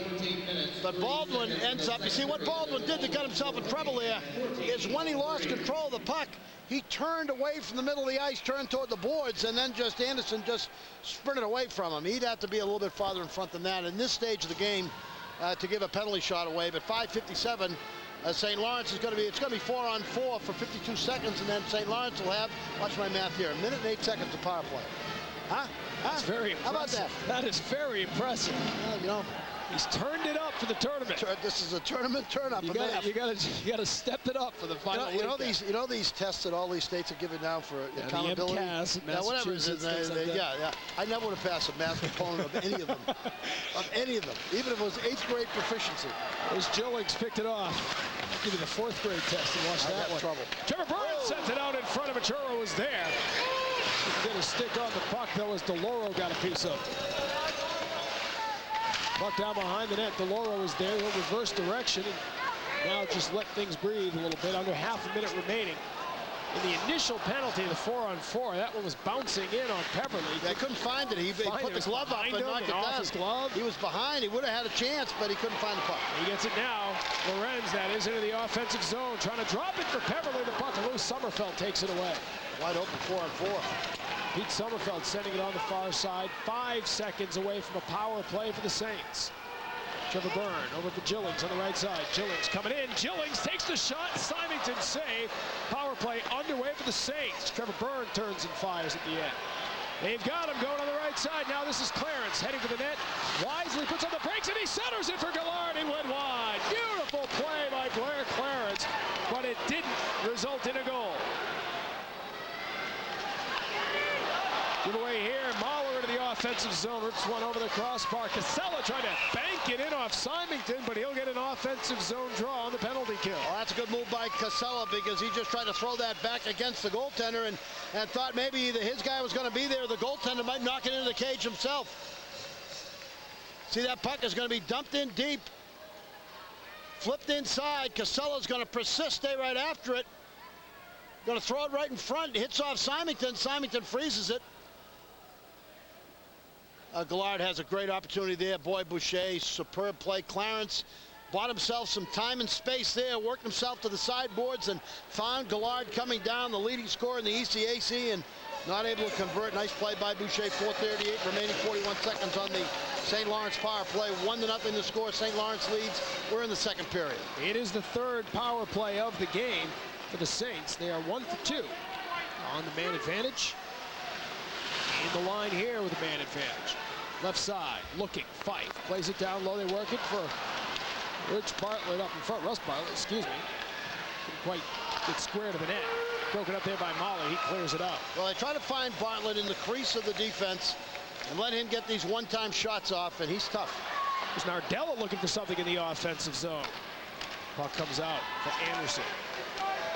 Delorcio badgering for Rozier back in the defensive zone. Good penalty kill there. It was a short one, but a good one for the Big Green. We're back to 5-on-5. Anderson leading the charge, going in with Gallard. 3 Big Green skaters back. Sommerfeld digs it out. 3 minutes and 40 seconds now remaining here in the second period. The only goal of the game coming in this period. Robin Carruthers for the Saints. Here come the Green, and a shot off the glove of Symington. Mike Muir on the rebound. The twin brother Sean Muir broken up by Telurcio. Sean Muir turns back, sends it up to Charlie Daniels at center ice. Veneruzzo gains the line. Kevin Veneruzzo on the left side. Tied up on the wall. Mike Muir battling. Squirts along the end boards, down behind the net there. Poked away by Trevor Byrne and taken away by Dartmouth. Out at center. Baldwin sends it in wide to the right. Sean Muir is there, under 3 to go here in the second period. It's a weird carom there off the stanchion, taken at center and dumped in by Gillings. Glenn plays it hard around, kept in there, fired wide to the right, bouncing puck up on the netting, and then taken off the netting nicely as Machuro got there, but the Saints trying to get it out of there. Mike Muir chops at him and gets to his brother Sean. Sean, rink wide pass for Daniels into the offensive zone. Fights through the check, stays with the puck. Goes down at the end. Gillings over to help out. On the wall, Peverly keeps it alive. Tisdale playing it around, 2:15 to go. Machuro got a piece of it, icing waved off. DeRozier at center, taken away by Machuro. Machuro in the offensive zone, slap shot went wide to the right. Back the other way, Peverly trying to force it here. Lorenz sent in, curls back and waits for help. Picked off by Costa, quick pass as they try to quickly counterpunch into the offensive zone. Harrington taking it down low, but he's tied up by Leroy. Goaltender Symington out to play for Jim Lorenz. 1:45 to go. Lorenz, long skate up the ice. Looking for Peverly to his right, just out of his reach, but he keeps it alive in the corner. Bouncing puck on the wall now. Icing waved off as it came from St. Lawrence stick. Marchetti was dropping it back for Ali Skelly at the point. Under a minute and a half to go here in the second period. Ray DeLauro for the Saints, picking up ice. Pass goes off the wall, taken away by Pete Sommerfeld. Try to send in Casella, 2-on-1 developing if he can get there and get it to Michael Byrne. He goes to the backhand in front, it was blocked. A beautiful sliding block down there by Carruthers. So Carruthers has the lone goal of the game, and he just made that goal stand up. A shot from center ice on net by Trevor Byrne. Big Green getting after it on the forecheck. Bouncing puck right in front of the net, and it goes wide. Final minute of play here in the second. Big Green trying to get the equalizer before the intermission, icing the call here, so we'll bring it all the way back. Stay with us during the CCM intermission report here after the second period, as we'll take a look at the St. Lawrence Saints. Talk with Joe Marsh. Bob Norton will have a conversation with Joe Marsh While Greg Madden will speak with Hobie Baker finalist and Player of the Year Eric Anderson. Frank Nardella has had a superb game thus far. The junior out of Melrose Park, Illinois, 5'9", 170. We're going to give a gold star also to Blair Clarence, 22, for great in-zone defensive play. Good puck movement as they work the puck to the inside with Danny Casella. Knocked down inside is Casella.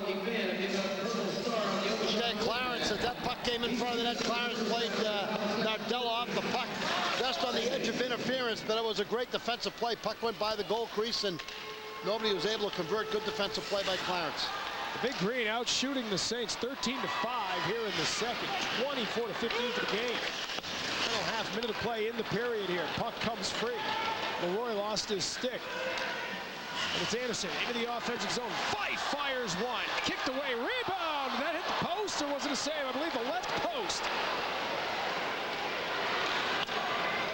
So the Saints, who were hemmed back in their zone for a couple of minutes there, suddenly show their quick strike ability as they take it up the ice. Final seconds winding down. Puck comes free, and that'll do it. So it has been a tight defensive game through 40 minutes here. Nick Boucher's been tough to beat, but Robin Carruthers was able to do it. This one's wide open for the third period. Yeah, that would have been huge. And Anderson not hit a pole there and put one away. 2-0. It's a big lead when you're trying to come back and play that third period after having played last night. But, you know, Dartmouth's going out of here tonight the same way they went out last night, down 1 goal. They came back and won that game. This team is very, very resilient. They're good in the net, so I wouldn't count them out. This is a 1-0 game, and they dominated that period. They fought back from a 2-0 deficit in their first game against Rensselaer. They fought back from a 2-0 deficit last night. Can they fight back from a 1-0 deficit after 2 against the defending champs? We'll find out. The third period still to come, but Greg Madden's up next with the CCM Intermission Report.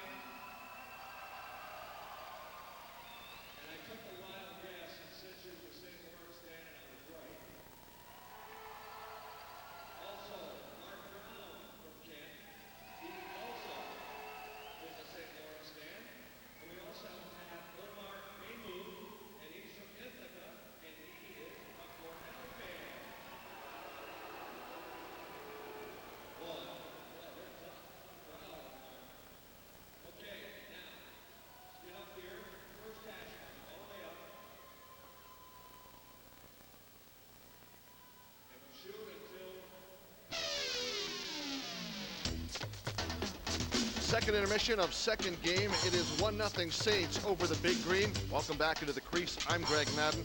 My guest is the second intermission of second game. It is 1-0 Saints over the Big Green. Welcome back into the crease. I'm Greg Madden.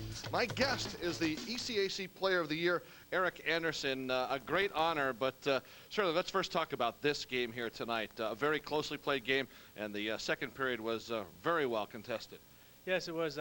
We got off to a bit of a slow start. You know, they had a game last night, so they had their wheels going already. We were a little rusty, but we fought through it. Second period was a good period, tight period. You know, we're expecting the same in the third.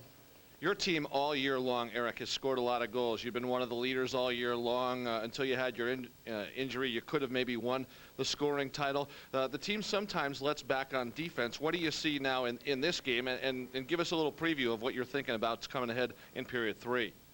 Yeah, we have had some success offensively this year and defensively as well, but we've had a bit of a lapse there the last weekend of the regular season, and that was one of our main focuses coming in to playoffs. You know, we knew we had to play strong D to make it to the championship, so that's what we're trying to do, and so far so good.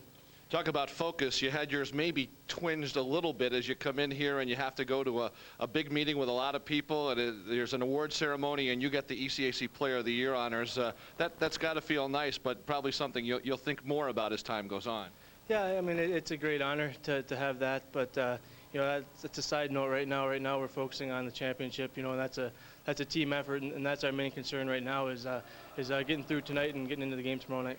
And to get in that game tomorrow night, you got to get past Dartmouth. They've been a pesky team for every opponent they've played down the stretch. What's it like to try to get around Dartmouth? They've really had a great finish to that second period. Yeah, it's tough. I mean, they're a good skilled team, fast team, and very hard working. They very rarely get outworked, and we know that, and we're trying to counter with that and outwork them ourselves. And you know, that's what we got to do here in this third period. Hopefully, build up some cushion. Are you a player that puts a little bit of pressure on yourself? We see here that you're wearing the C, so that obviously you've got the guys following behind you. Is this something that you would like to come out of the locker room? You've been injured, but you'd like to still come back and lead this team on into the finals? Sure. I mean, yeah. I mean, I guess that's why they put the C on your jersey, as you sort of as a leader and a father figure of some of the younger guys. So, and that's what I've been trying to do this year, just trying to play my game. I'm not too you know, outspoken, but you know, I try to lead by example and do the right things on the ice and off the ice, and hopefully they can learn from that. Eric, it's been a pleasure. Thank you. All right, that is Eric Anderson. We'll come back in just a few moments when our own Bob Norton will have a conversation with Eric's coach, Joe Marsh, when we continue from Lake Placid.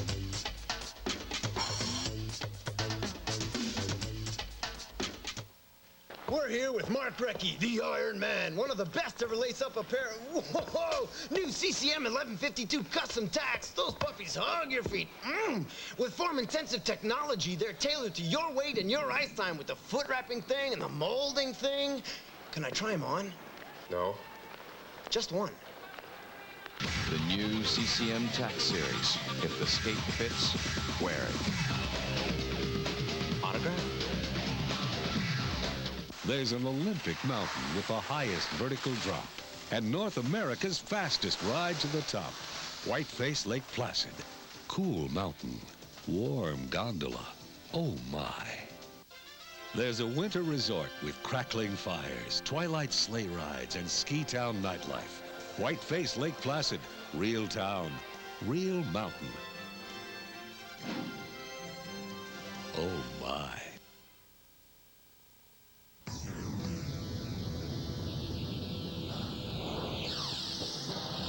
The road to the Frozen Four runs through Grand Rapids, Michigan, as Western Michigan University hosts the Division I Men's Ice Hockey West Regional, March the 24th and 25th at Van Andel Arena. For tickets, call 616-387-8092. That's 616-387-8092, or log on to NCAAIceHockey.com. All right, Max, here we go. And come on. Come on, Max. Come on, jump. Max.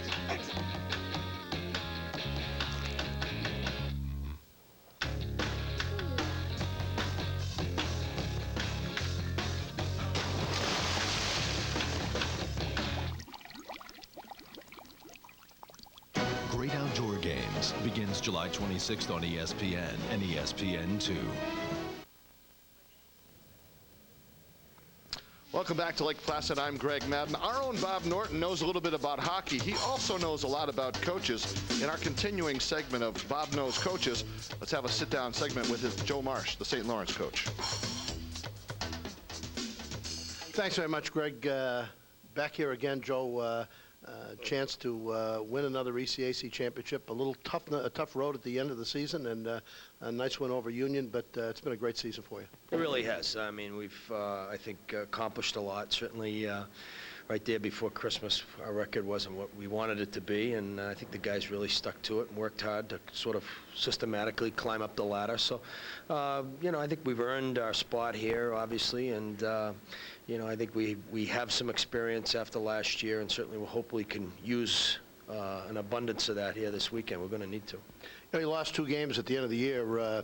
You helped Vermont get into the tournament in a tough loss at the end. But how do you look on those losses late, just before the tournament starts? Help, hurt, refocus everybody? What is it? Well, I think, you know, certainly your mindset has to be that you're going to have those losses be meaningful and have them help you. And I think that, you know, they were tough losses, obviously, but, you know, our guys have shown some experience and some maturity, in that we haven't taken the ups. We haven't taken ourselves too seriously on either end of it. We haven't been too down when we have lost, and I think there's been a good even keel, certainly in the locker room, and that really is a tribute to the leadership we have with an Eric Anderson, Mike Gillard, Matt DeRosiers. Those guys have been around and know that, hey, in this league, any given night, so let's not get too upset, or certainly let's not get too caught up with ourselves if things are going well either. So. You know, last night, Vermont, Dartmouth, tough game, battle here in overtime. When you look at that, Princeton came out of that play-in bracket a couple years ago and won it all. Hurt you, help you? You're taking on a team that could be a little tired, could be a little banged up. How do you look on the game? I think you just have to approach it like, you know, any other game, from the standpoint of, you know, don't factor in the fact that they were there and played a game last night. I know that, you know, you're going to try in the back of their minds, if fatigue is a factor, then the way you play is going to have to determine that.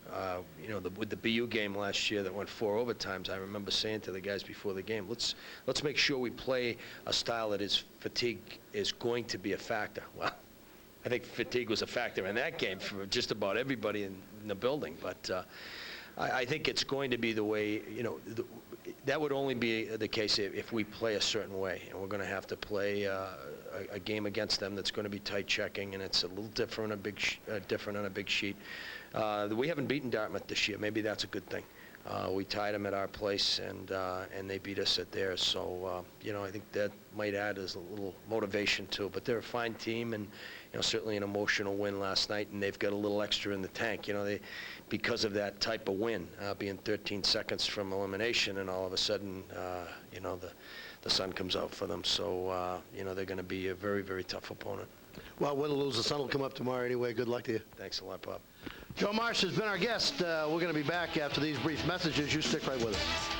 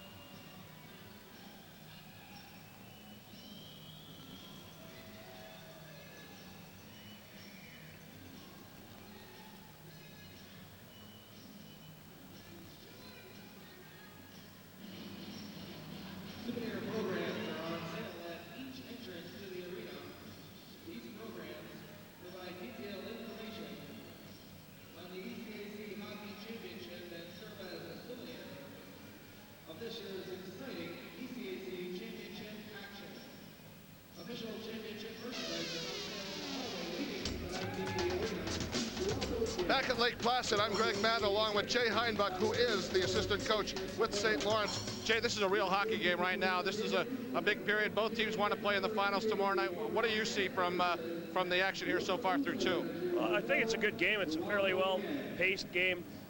We survived a couple bad turnovers that Dartmouth didn't convert on. We certainly can't afford those here in the third period. Taking a look at your stats throughout the course of the year, you're a team that scores goals, and sometimes you let them in a little bit. It seemed like you got your goal, you got the lead, what you need right now, but towards the end, Dartmouth came on very strong. They did come on strong, and I certainly wouldn't say that we're battening up the hatches defensively and sitting on a one-goal lead. We'd love to go out and get another goal and then maybe sit back and maybe not forecheck quite so hard, but we're going hard to get that next goal, and I give them all the credit in the world. They're a fast team, and they've got experience now. They've got a lot of older kids. They're a real good team. This is a great spot to be at this point. You're on the verge of getting in, but there's an exciting period to be played. Oh, a great period to be played. I think it's going to be an exciting third period. I just hope we're more excited than they are at the end of the third period. All right, Jay, thank you very much. You're welcome, Greg. My pleasure. All right, that's Jay Heinbach. Let's throw it upstairs to Bob and Tom. Thank you very much, Greg. He's a pretty good player. Two-time member of Beanpot Northeastern Champions. Played for Fernie Flamin. St. Lawrence won. Dartmouth, nothing. Had some great chances in that period, but no one could dent either goaltender, Jeremy Symington or Nick Boucher. Probably the best chance was off a power play. Byrne loses the puck at the point. Anderson flips it. DeRozier's on the break. Can't get the goals. It just slips by post. Great play there as Leroy fires that puck, gets the goal. That was Robert Carruthers in front of the net. Superb effort. Great play here by Symington as he keeps the puck out of the net. Puck cleared out of the zone by number 3, Ray DeLauro. Over and over again, Symington and Boucher put on a show. Boucher there in front of the net, very similar to what he did last night against Vermont to keep them in the hunt. And this will be the goal. And I want to show you, any young players out in the audience, watch right here. Watch right here. I want you to watch Carruthers, because over here is Lorentz. And when Lorentz passes the puck to the point, so often players, when the puck goes to the point, they don't head to the net.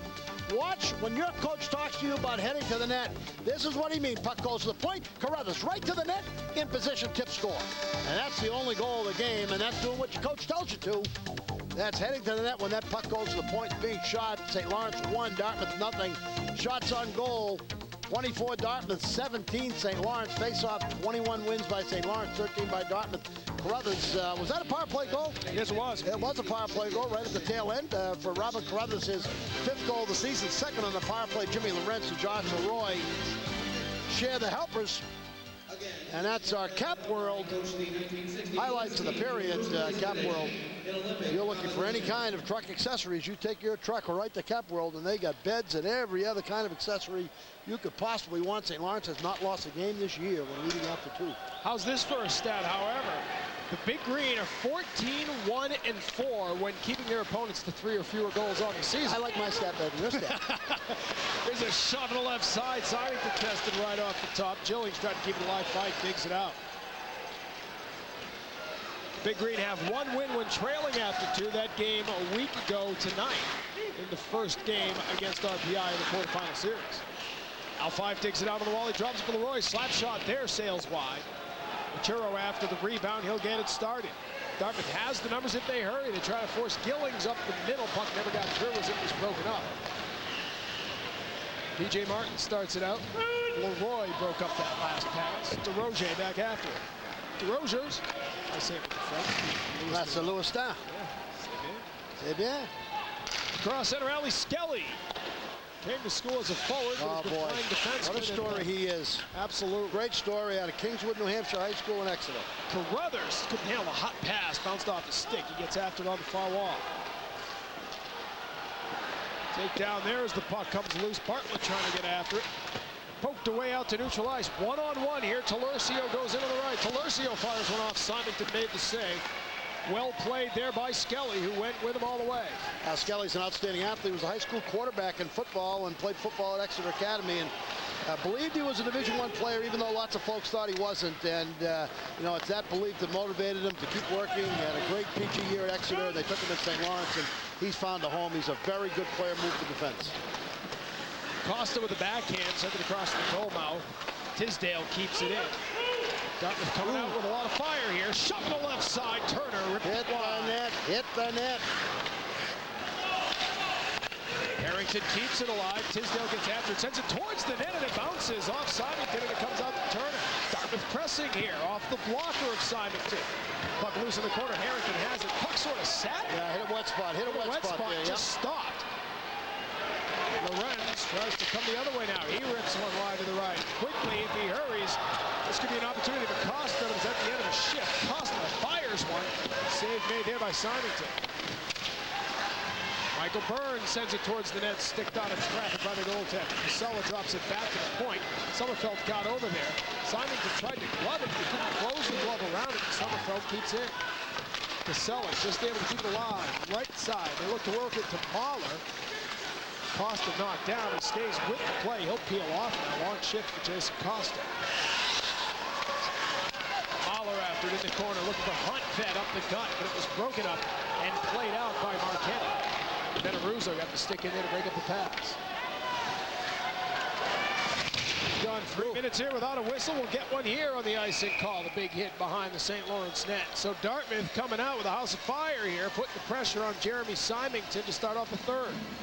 Well, you got to give Dartmouth a lot of credit.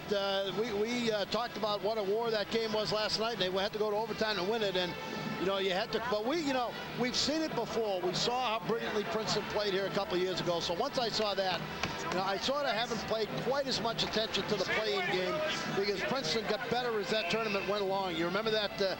I mean, they must have played Sillaps on every face-off a couple of those games. But Symington very strong in the nets, looks very solid. Has a shutout, pitching a shutout with 16:58 to go. Carruthers the only goal. Shot from P.J. Martin. It was broken up as it came through and went wide.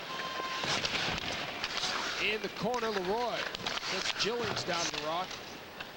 Gillings got back up, and Gillard has the puck. Gillard gets it out to neutralize Anderson. The 2-on-1 if he hurries. Van Abel, the freshman, played that beautifully as he caught up with Anderson from behind. Anderson gets sandwiched. P.J. Martin gets it away to Gillings. Gillings pass picked off by DeRozier. But the Green get it right back. Gillings into the offensive zone, fakes it, tries to send it in around a screen. Leroy played it well, tied up the body, and the puck went to the wall. End to end we go now as Dartmouth taking some chances in the offensive zone, trying to get the equalizer. Back in the defensive zone here, though, and they'll start up. Nardella didn't quite connect there with Machuro. Saints game. 4 minutes gone here in period number 3. Robin Carruthers' power play goal early in the second period is the difference. A 1-0 lead for St. Lawrence. Back to the point. Shot blocked. Nardella tried to take off, hoping he could get the pass. Can't quite reach it there. Sent right back in. The Saints have to peel back out to get onside. And the Big Green bring it out to neutral ice. Turner got it away. Here's the pass, just out of the reach of Nardella. Penalty coming up against the Saints. Delayed penalty coming up here as the Saints fire it off. So it'll be a power play. The Big Green, when we come back, they trail it 1-0, but they'll be up a man as the semifinals continue here at the Olympic Center.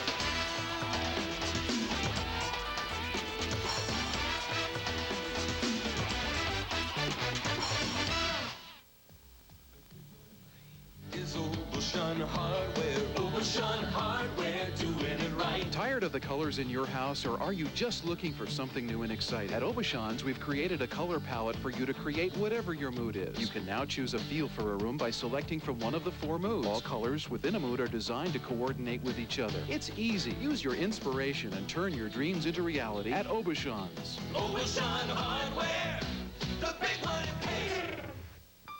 All right, come on, mister.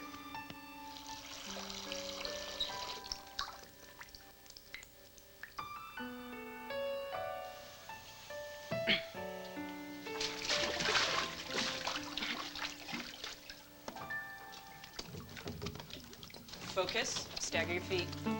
Pick it up, pick it up. Nice. Great Outdoor Games begins July 26th on ESPN and ESPN2.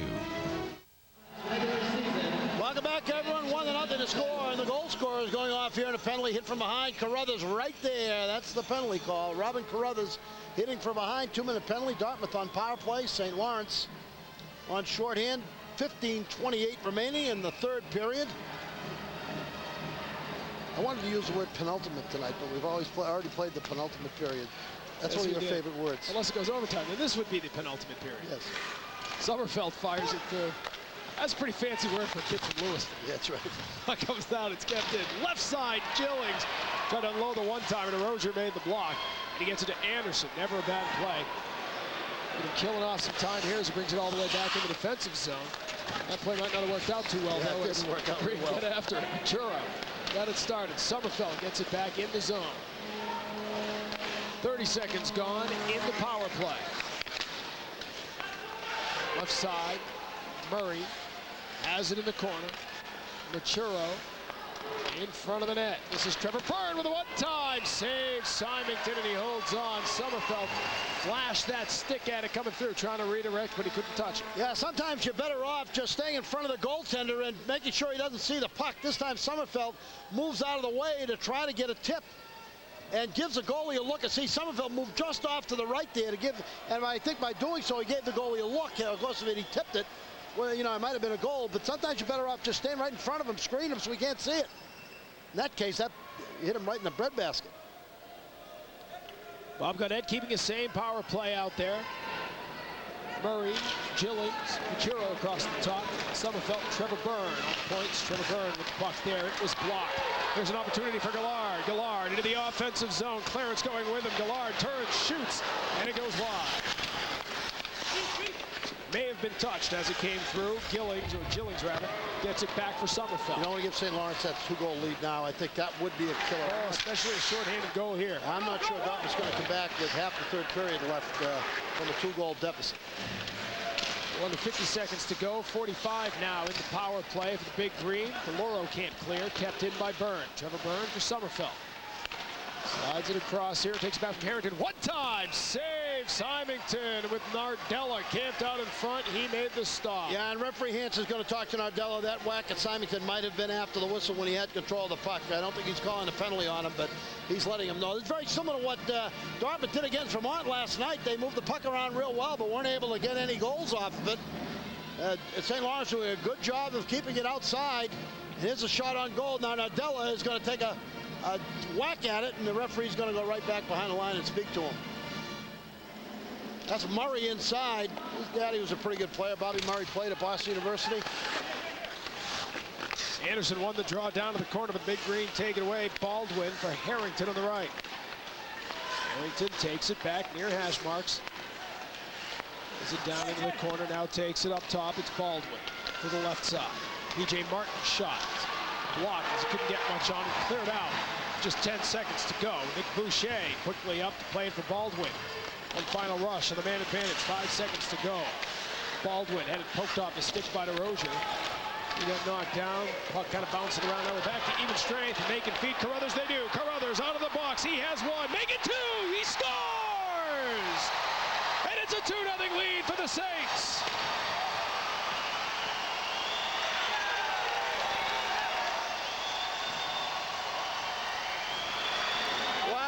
Joey Marsh yesterday afternoon about Carruthers. He's so impressed with the way Carruthers gets huge goals for this team over the course of his career. And the winning goal in quadruple overtime last year.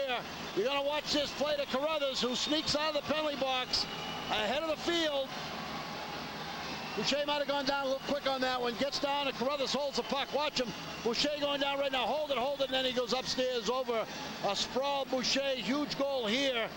2-0 with 13:21 remaining. Second goal of the night for Carruthers. You talk about playoff goals. He's had 3 huge playoff goals. The winning goal in quadruple overtime against BU with 2 goals tonight in the semifinals of the ECACs. Robert Carruthers. A lot of people around the St. Lawrence community feel that he's going to be a pretty unanimous choice to be captain of the team next year. But nonetheless, he's doing a great job tonight as he has 2 huge goals. That one was a goal scorer's goal. Wait for Boucher to go down and put it in. Both goals for the Saints from Robin Carruthers. And now the Big Green with 13 minutes to go have to overcome a 2-0 deficit against the defending champs. Deloro gets it started for St. Lawrence. Up ahead. It'll be icing. They tried to sneak in Clarence, but it got in there ahead of him. We're checking it's Marchetti, number 23, not number 22. 12:47 our time remaining. Take a look at that goal again. You can see Carruthers come out of that penalty box, and it used to be illegal. You used to have to come back to the defensive side of the red line, but this is just a superb pass coming up ice that sets Carruthers. That was a blade-to-blade pass. Ryan Glenn, beautiful play by Glenn, and a finish by Robin Carruthers. And for Robin Carruthers, the junior out of Virden, Manitoba, played for the Nipawin Hawks. That's his 6th goal of the season. Ryan Glenn never had a bigger helper. 2nd helper of the year for Ryan Glenn. Well, they announced Clarence as the only assist. Well, maybe it was 22, not 2. That could have been the difference. We'll find out if it was Blair Clarence or the defenseman Ryan Glenn. 12:42 our time remaining. Yeah, Blair Clarence made the pass. There you go. That's our crack crew. They're correct, and I was incorrect. The Saints bring it out. And Fife flips it over to the left. Anderson takes it down low. Stick to side. Would have been wide. Boucher played it away. Lard after it. We get something going in front. It came up on the netting, and we get the whistle with 12:26 remaining. Saints back in Lake Placid for the 3rd straight year, trying to make it back to the finals for the 3rd straight year.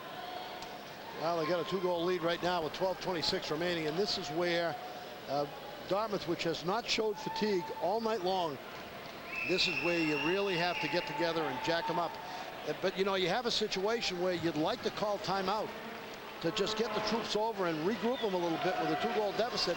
But you're going to need that timeout possibly late in the game to get your goalie out of the goal cage and get your first power play group, your first man-up group out there with an extra man and get everybody with a little break behind them. So you might want to call timeout here, but you can't project the stable till later. You're down 2. You might. In the first game, Mark Mazzolini was 4:23 in the game for his goaltender. Now, what you and I both agree on, if you're down by a few, at that point, you've got a man advantage on the power play. Take him out. 2-man advantage. Absolutely. Steam back in it. Tough one as Boucher never really saw it to the last moment. He was just able to put the pad on it. And they dodged the bullet there. Talercio to the offensive zone. Shot on the left side. Save Symington. And Nardella again crashing into the goaltender, looking for a piece of the rebound. Well, one of the things a good goaltender does is make saves look easy and make it look as if your opponent is continually shooting the puck at you. This time is a perfect example, as the goaltender is in excellent position here, comes across, gets himself in a good spot, he's out at the top of the crease, cuts down the angle. It's a left shot, so he doesn't have much of an angle to shoot at that far post side. He protects the near post side, makes the save look simple. Jeremy Symington, 32 saves tonight. Never really looked spectacular, but he's been extremely solid all night long, and that's what you want. Well, we had a whistle now, and we'll have Carruthers step in to take the draws. Clarence got waved out. Dartmouth looking just like they did after that first goal by Carruthers. They went flat for about a minute and a half, and they just need something to get them back up. They need a goal. It's 12 minutes left, but you can't go down those last couple minutes down 2, obviously. And you stay flat for too long against this team, you'll be down 3. Yeah. Well, St. Lawrence is going to play pretty smart hockey. They're not going to take too many chances in the center zone. They're going to be very cautious to make sure they don't give Dartmouth any breaks. We're going to take a timeout. It's a 2-0 lead for the Saints with 11:52 to go here in the 3rd.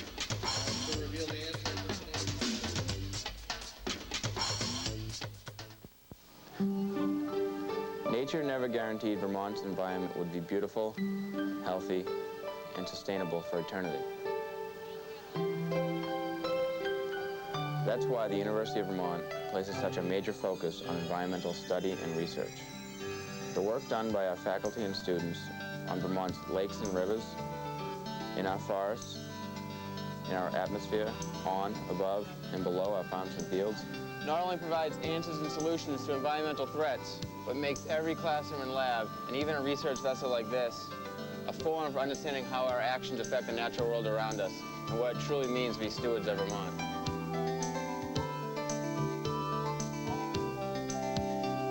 I'm Dave Newman, a junior environmental sciences major at UVM, and I'm researching the water quality of Lake Champlain on board the Melisira. The University of Vermont, engaging minds that change the world. Welcome back, everyone. We take a look at Bobby Gaudet on the bench. Brendan Whitted behind him. Dave Peters, the other assistant coach. Just there's Dave on the left.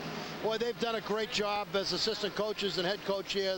That team of Peters and Whitted and Bobby Gaudette just have done a splendid job building this program. They all ought to get all the accolades they are deserved, because this program was in tough shape when they came there.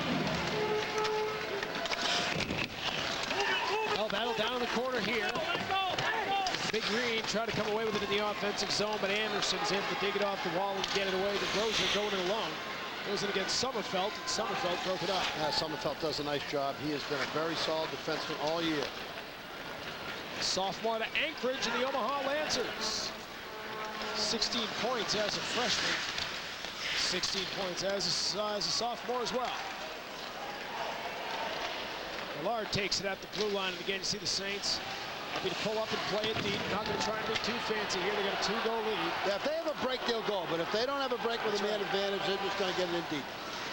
The other side, the Big Green trying to pressure here. Murray got the shot away. Tisdale gets it back at neutral ice. And Turner will send it in. He got bumped by Ryan Glenn. Try to get it around to Daniels. Picked off there by Mahler. He digs it out and centers. Good bid there. Michael Byrne just couldn't get the stick on the shot as it was defended well by Mike Muir. Puck back around behind Nick Boucher. Mike Turner plays it up along. Mahler back in the defensive zone, banks it off the boards. Casella into the offensive zone, tries to come back towards the middle. Veneruso played the body all the way, and they clear it out. Yeah, he'd much better off go wide and try to get a play to develop in the middle. You can't make 1-on-3 plays. On pass up ahead as Mahler tried to get it over to Casella, and it goes up into the seats. 10:15 remaining. First goal of 1:28 of the second period. First period ended up with no score. Robin Carruthers is fifth from Josh Leroy and Jim Lorentz. That was a power play goal. Then the second goal, Robin Carruthers gets his sixth at 4:22 of the second period. Blair Clarence with the helper. Well, last year on St. Patrick's Day, St. Lawrence beat Cornell in an overtime game in the semifinal, 3-2, to advance to the championship game. They beat RPI 2-0, so now they'd like nothing more than to play Cornell again on St. Patrick's Day. I found it interesting in our interview with Coach Schaefer. Usually they ask them who they want to play. They don't say much, but he clearly likes to play St. They got us last year. We want to get revenge. They don't usually say that. Look out in front of the net, stick to side there. Van Abel steps down in it. Van Abel around behind the net. Van Abel in front of the net. They had a great opportunity there. Talercio knocked down, and the rebound cleared aside. Great opportunity created by the freshman defenseman Van Abel, who was questionable to play tonight because of a leg injury. They thought he was going to have to get. They knew he was going to have to clear by the trainers. Ryan Van Abel down there now as Marchetti almost gave away with an opportunity in front of the net. Here's Marchetti again. Knocked off his stick and cleared out. Icing waved off as watch out here. Out to play. He gets it all the way up ice to Marchetti. Marchetti comes in. Big slap shot and a big save from Boucher. Trying to turn defense into offense now. Machuro with Gillings into the offensive zone. Machuro unloads, but he couldn't get much on it. It went wide. Misfired on the one-timer, and it's cleared out. Icing will be the call here as they swap opportunities. Not really what Joe Marsh wants at this stage of the game, going up and down the ice. Machuro went for a one-timer there and a moving puck. That's not an easy shot to make. It was a nice little play. St. Lawrence gets a bid first, and then we'll have a chance to watch Machuro's opportunity. Look clear there by Symington up ice. They get the break as Dartmouth's trying to make a change. Coming in the right side. Andy Marchetti, laser shot over there. Save now. Machuro comes in, a little swing around the zone. Machuro had a one-timer smothered by Symington. Actually, his one-timer was wide. That rebound came in front, smothered by Symington.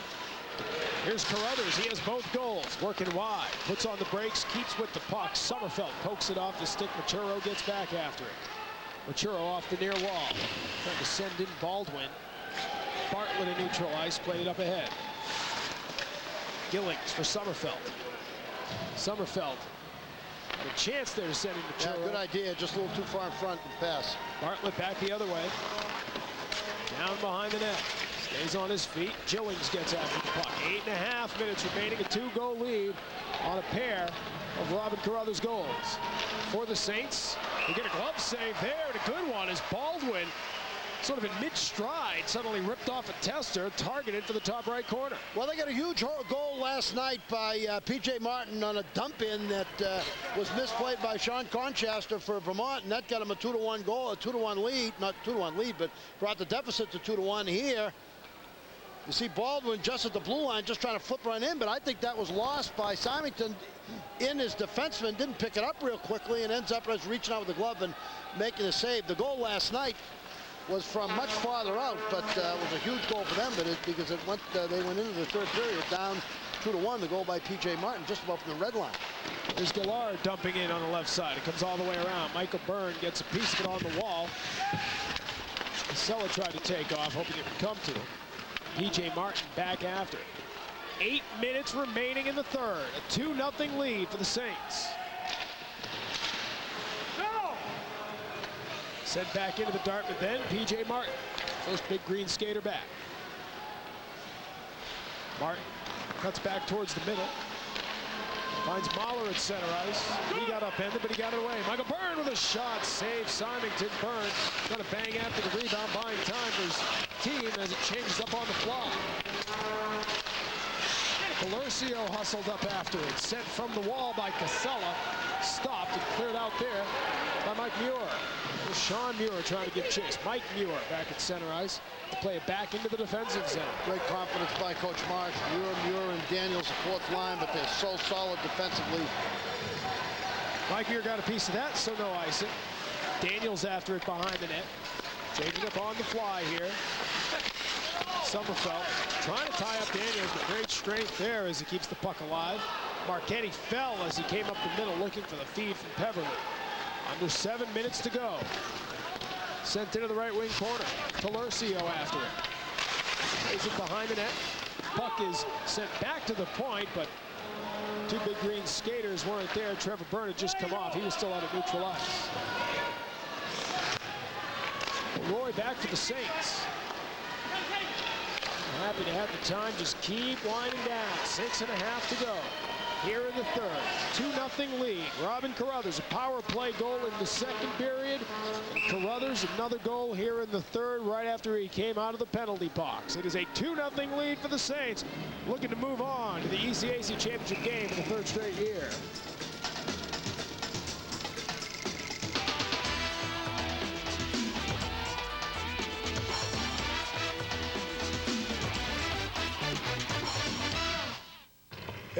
We're here with two-time Stanley Cup winner Martin Brodeur. Martin, you are the man. Oh, man, nice threads. CCM hockey wear. All the stars are wearing them. Can I try on the jersey? Oh. The cap? Trade ya. CCM authentic hockey wear. If the cap fits, wear it. Hey, you could win tickets to a Stanley Cup Finals game and hang with the cup. Sweet! Enter the CCM Celebrate with the Cup contest at participating retailers.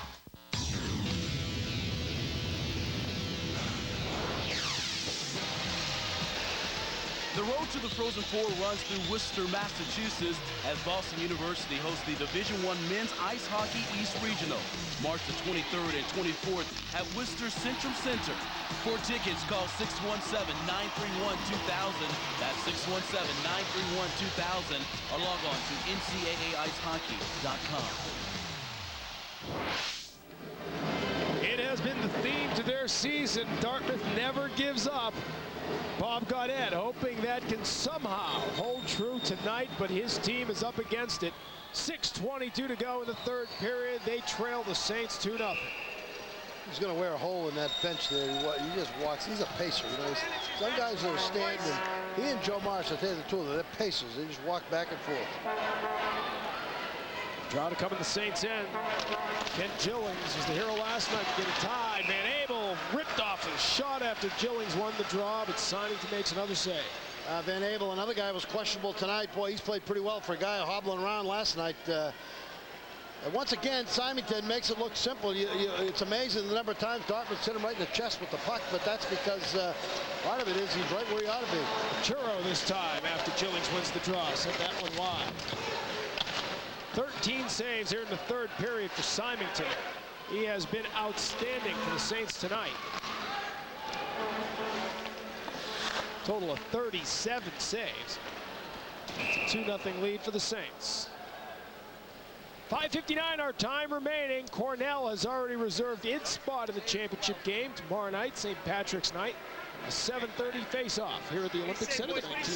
I know it's not a big night in Lewiston, but it's a big Well, night. I am married to the former Kelly O'Malley, so we do celebrate it back in the house. She's not too happy that I'm in Lake Placid calling hockey with Bob Norton. It may be the holiday of the year for you.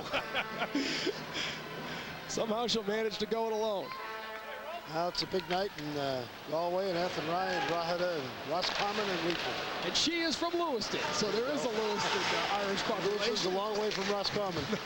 She's not very vocal, that's all. And neutralized, it goes up and out of play, 5:47, the time remaining, a 2-0 lead for the Saints. It's a similar feeling, Norty, to the championship game last year. If you remember, the Saints beat RPI 2-0. They got the goals. In fact, I think Jack O'Brien had a very similar goal coming out of the penalty box last year. And they get that 2-0 lead, and then you wonder how the time keeps flying by, but just nothing's happening because they play a very smart defensive game. Well, they're very solid defensively. They play smart, and you see, their veteran leadership is exceptional, and they've been exceptional for a couple of years. They had good seniors last year. They had an excellent junior class this year. Junior class gives them great maturity, and that's what helps you when you get in situations like this. Here's Clarence trying to give it to Carruthers. Looking for the hat trick, but more importantly, the 3-goal lead. You know, Vermont was in control of the game in the latter stage of the third period last night, too. The difference was they only had a 1-goal lead, so the Dartmouth one in 1 minute and 23 seconds pulled the goaltender. It was very similar where Vermont had total control of the last 4 or 5 minutes of the game, similar to what you're watching here with St. Lawrence. The difference when you have a 1-goal deficit at that 1:23 mark, face-off in the zone, Coach Gaudette pull a goaltender, and then all bets were off. They had outnumbered situations inside, made some big plays to keep the puck in the zone, and got the winning goal. This is different. Now you got a 2-goal deficit. If you're going to pull a goalie, you got to pull a goalie earlier, and you're down by 2. It's a lot tougher. It's easy to play this style when you're protecting a 2-goal lead. Heverly, Marchetti, Lorenz out there for the Saints. Ryan Glenn, Kevin Veneruzzo on the points. Dan Casella, excuse me. The other thing you do, you play 4 lines here because he has great confidence in the 2 Muirs and Daniels in the defensive situation. So you've got a great advantage. You can play 4 groups. You don't have to hide anybody. And Bob Gaudette has shortened the bench. You knew he'd have to at this point. You got to put your leaders out you there. Get the goal scorers out But there. you've got guys who are logging a lot more ice time, playing their 7th period in 24 hours against the Western team, rolling out 4 lines. Casella weaving up the middle, trying to make it happen on his own. Symington makes the save. Casella banging away, hacking at it. Symington looks up, say, where's my relief? You know, one of the things I would, Bobby Gaudette's had a great year coaching. I would call a timeout here and try to get my guys a little break and give up the fact that I might lose a timeout late in the game because their forwards still have some dip to it. As you see right there, as they pressure in the offensive zone, you need 2 goals. And it's just not going to be enough to get a timeout with 1.5 minutes or 1 minute and 15 seconds to go. If you're still down by 2. Yeah, you're still down by 2. I wouldn't, at this stage of the game, I don't think a timeout's a bad idea to just see if you can regroup everybody and see if you can just get the legs to put a big surge on to get a goal and then maybe be able to pull a goaltender and get another goal. You haven't scored one all night. It's a little optimistic to think you're going to score 2 goals even up here in the last. You can't worry about the second if you don't get the first. You got to get one. And they still have their tenacity up front. I think you give them a little break. It might give them a little leg. Big win on the draw there for Anderson as he went up against Gillings, who's been strong in the face-off circle all night. See, the other thing is St. Lawrence is in an icing mode, and now you can understand why, because they got a 2-goal lead. But there's a price you pay for that sometimes. Dartmouth's forwards are very good, and they're tenacious, and they're quick. And you keep giving them face-offs in their offensive zone, you can have bad things happen, particularly when they're playing with a little desperation. Who's out there on defense? They got P.J. Martin on the right side and Van Abel on the left. Machuro with a shot. Nice glove save for Symington. So they're creating opportunities. Yeah, they are. Gillings is awesome in the offensive zone. with that draw. He won that one. They'll set up to do it again. Well, Machuro lined up on the right side. It's a left shot. You see right there, he's a left shot, and he's back where you can't cover him. See, he's back off the face-off circle a little bit. Difficult to cover him, and then he fires that shot off when he wins a face-off. Van Abel rips one wide after they win the draw again. Leroy takes it around behind the net. The Saints will clear it out here. If that one's on net, it won't be icing, and it is. Boucher has to play it to Van Abel.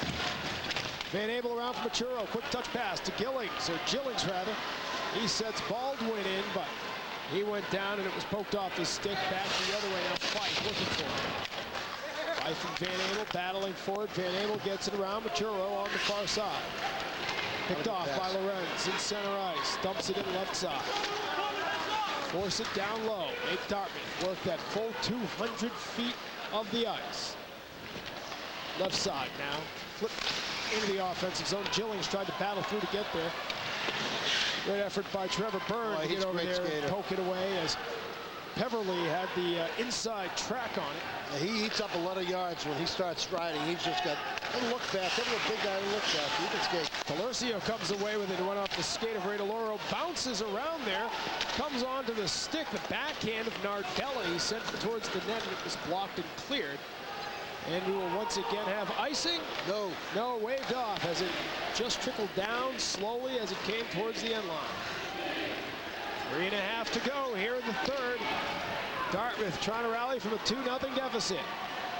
Nardella into the offensive zone, drops it. Byrne with a big shot, stick save. Symington rebound, bouncing into the circle. Nardella just couldn't get enough on that pass. Charlie Daniels carries away, they get checked there by Sommerfeld as he spills Daniels in the offensive zone. Harrington back there for Dartmouth, again lugging it up the ice. Long skate up that ice at the end of the long weekend here. Harrington trying to keep the weekend alive. Shot, save made. Symington just does pull it away from Delercio, who is crashing the net for that rebound. Well, a lot of courage out here tonight. This is another outstanding play by a kid who wasn't supposed to play tonight. Jamie Harrington laid out of the game last night, and he makes a big play here. Carries the puck all the way up through the ice, avoids through traffic, finds himself open, comes through the center of the ice, gets himself open for a shot, puts his up high. The shot up high in the chest protector. One of the hardest shots for the goaltender to control because the puck is going to come right down at his feet. Fortunately for Symington, he's able to jump right on that rebound and freeze it for the faceoff. But that it bounces off the chest protector pad and it just sort of dies right at your feet. Very difficult sometimes for the goaltender to find that. But he had some time. He was able to 2:57 to go to freeze it face off to his right. There's a right shot on the left wing side. They'll try to get it back, get a shot coming to the net. 41 saves now for Jeremy Symington. Matt DeRozier starts it up ice. Over center, he fires it around. He got by Boucher. Baldwin chops at it, gets it up but not out as Anderson keeps it in. Puck came out of play right on the lap of Mike Turner on the Dartmouth bench. 2:40 time remaining. Mike Turner's dad played at Dartmouth back in 1972. He was a heck of a hockey player.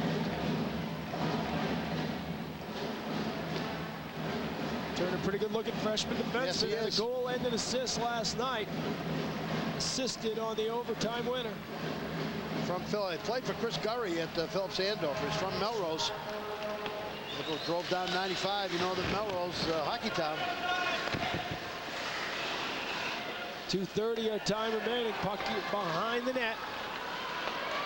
And it is Byrne who starts it up for Gillings. Gillings off the near wall. Or checking his P.J. Martin out there, not Byrne.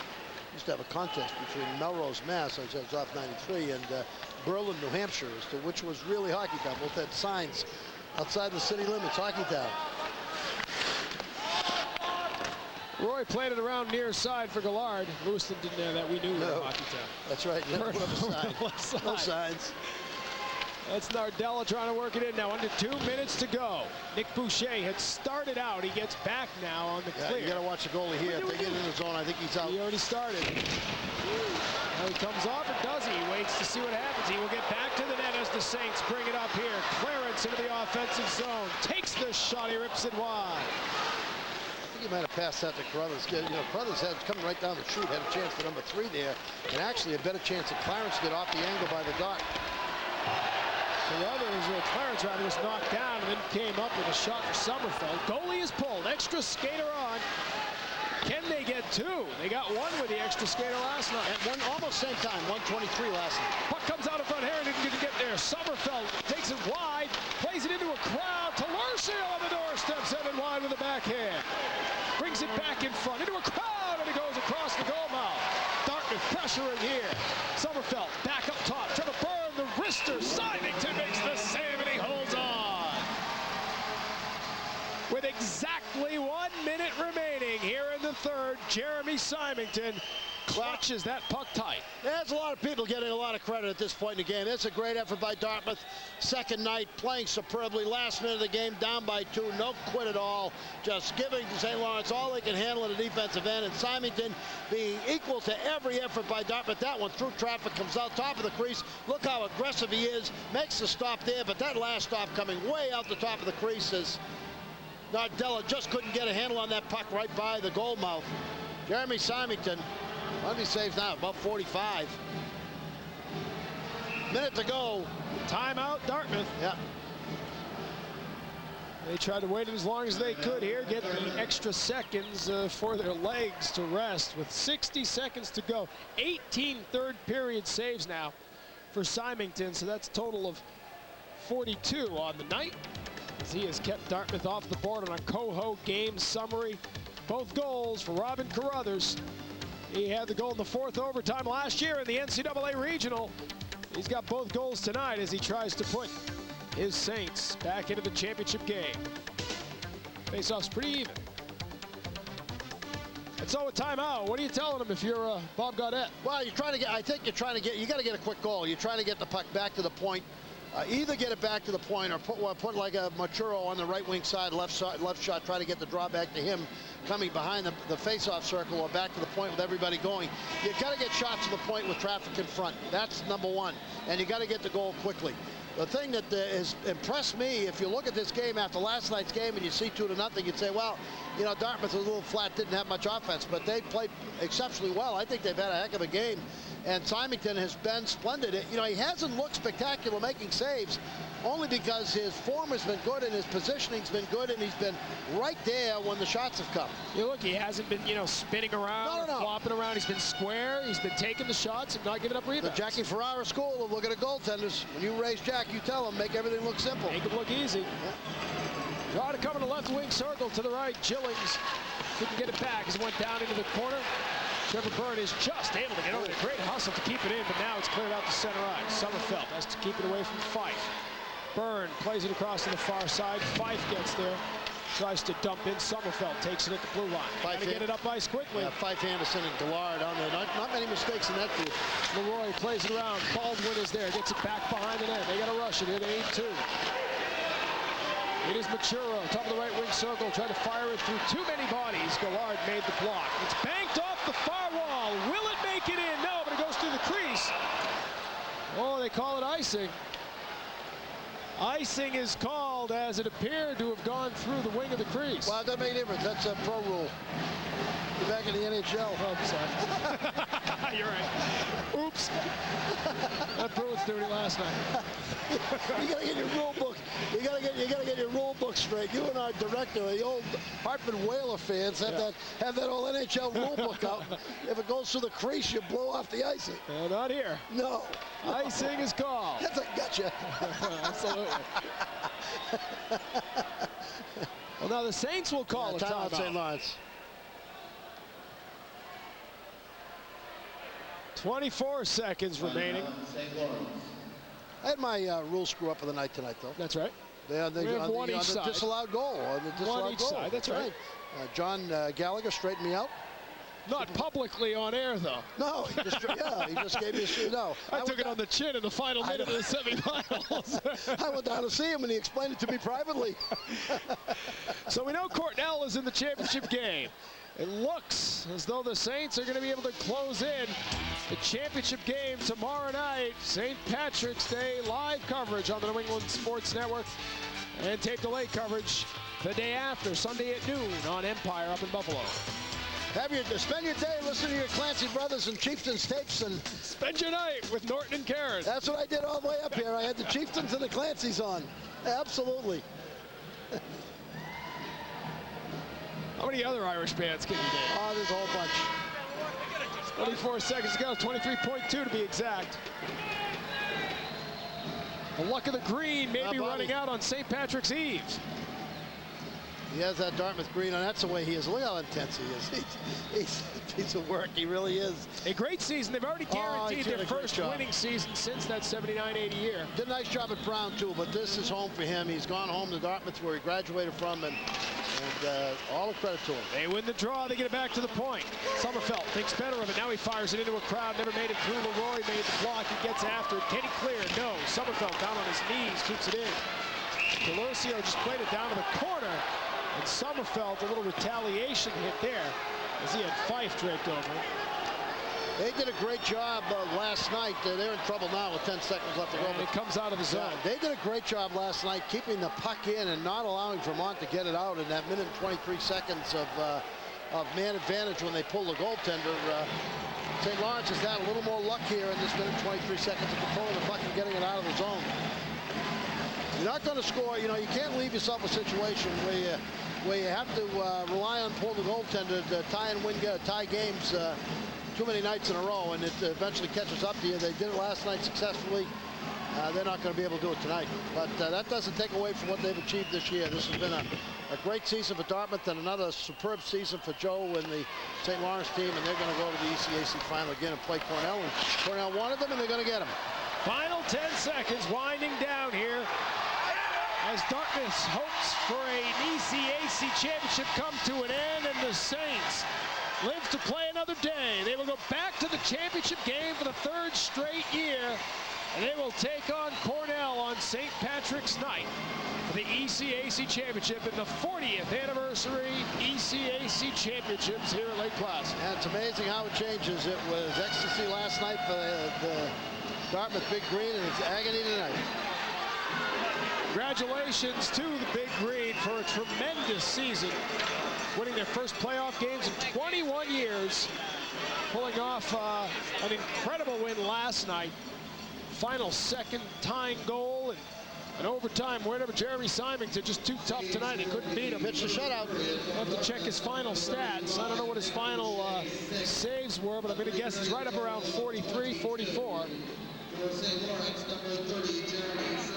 Symington, 18 in the third period.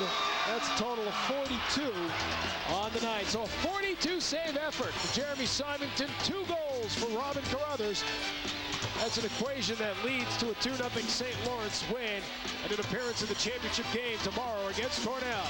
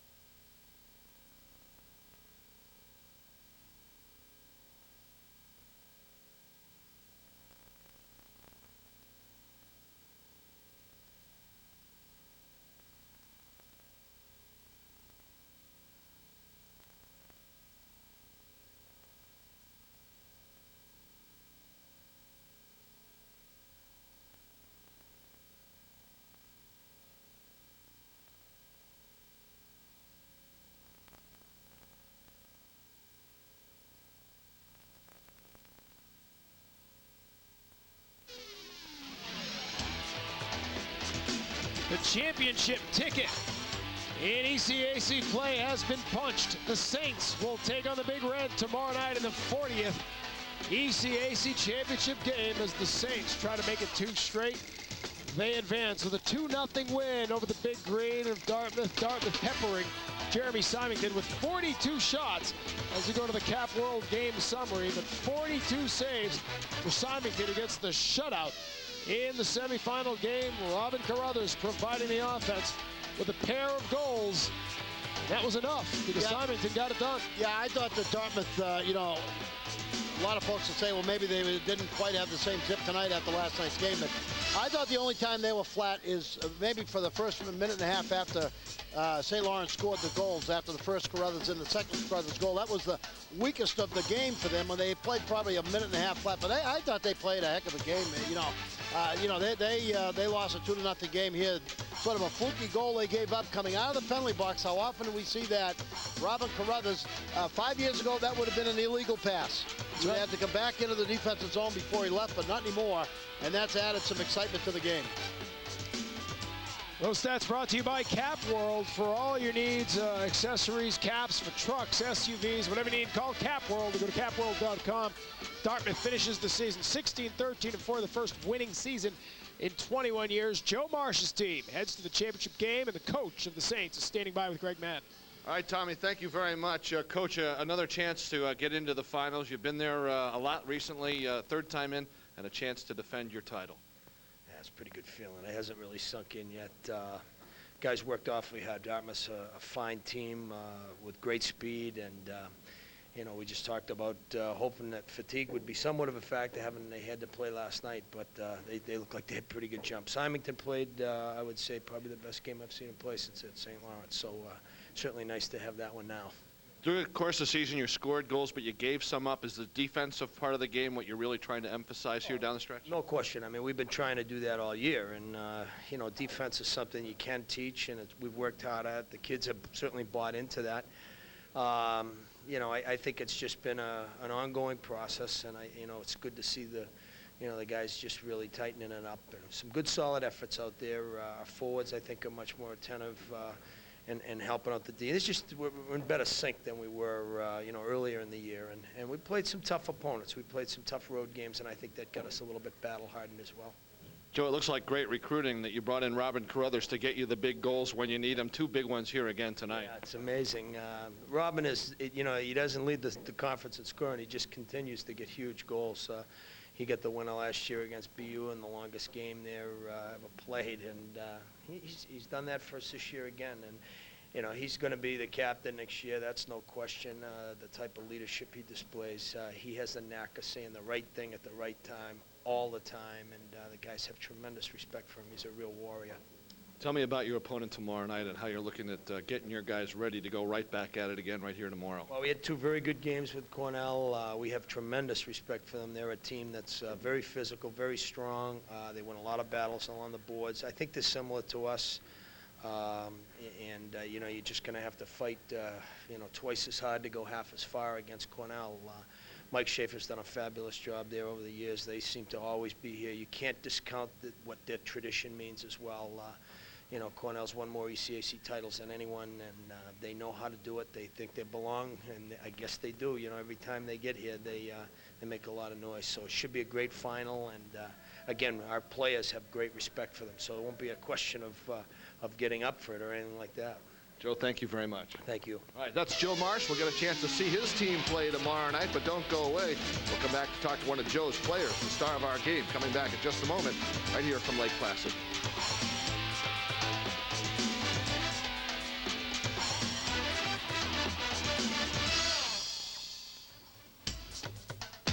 The big one in paint is Obashan Hardware. Obashan Hardware, doing it right. Tired of the colors in your house, or are you just looking for something new and exciting? At Obashan's, we've created a color palette for you to create whatever your mood is. You can now choose a feel for a room by selecting from one of the 4 moods. All colors within a mood are designed to coordinate with each other. It's easy. Use your inspiration and turn your dreams into reality at Obashan's. Obashan Hardware, the big one in paint.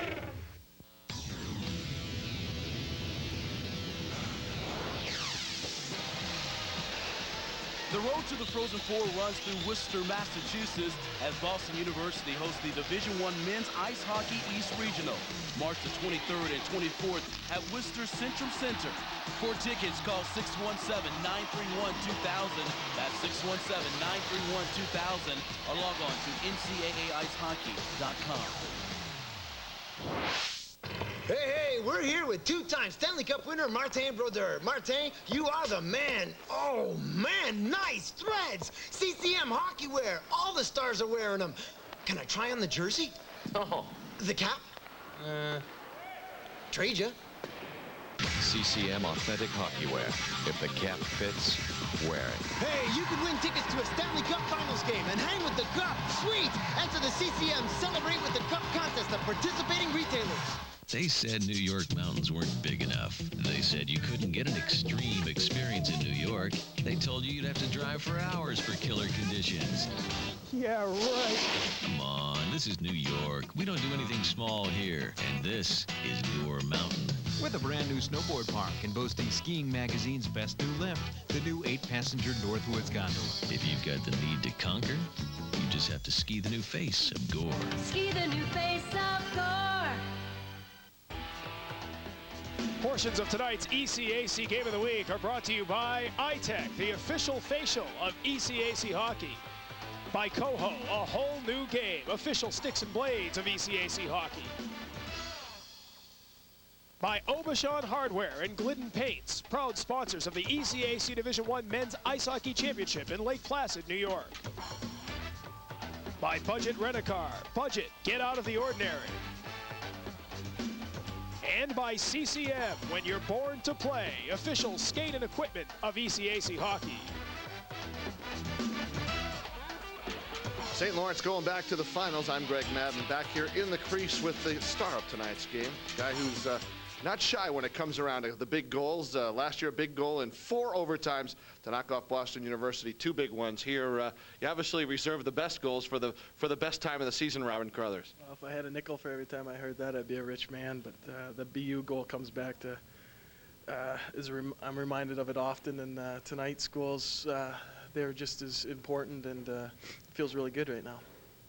Let's take a look at those goals here tonight. Obviously, the big reason you guys are going back to the finals again. Take us through and talk a little bit about it. Well, the first goal got up to Josh Leroy, and here it is. I think Jimmy Lorentz is the one that does some good work along the boards, grabbing that puck, and Leroy just snaps on the net. I just got a piece of it, just enough to get it over his pad, and it was a power play goal. It was good to actually get a power play goal. It's been a while for us, and this one was just jumped out of the penalty box.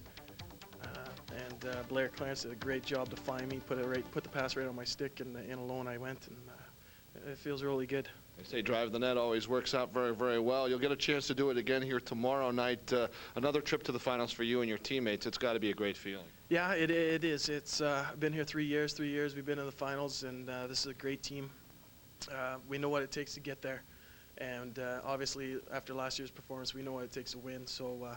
We're looking forward to tomorrow night. I think we're going to bump it up a notch from tonight's game, hopefully, and play a little bit more physical and come out and play a good, hard 60 minutes tomorrow night. Well, you'll need some rest to bump it up a notch. We appreciate your time. Well, thank you very much. All right, Robin Crothers, game-winning goals here tonight. He got a pair of them here, did a great job. And, of course, watch him and his Saints play here tomorrow night. So let's send it upstairs now to Bobby O. Norton and, of course, Thomas McCarron. Thanks, Greg McMadden.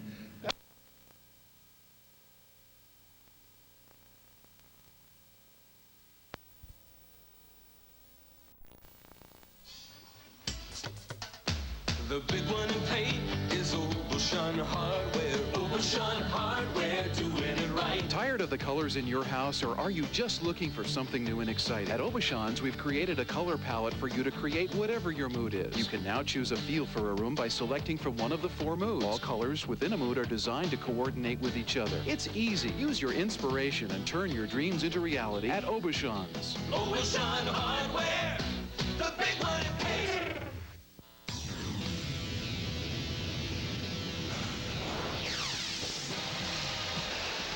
The road to the Frozen Four runs through Worcester, Massachusetts, as Boston University hosts the Division I Men's Ice Hockey East Regional, March the 23rd and 24th at Worcester Centrum Center.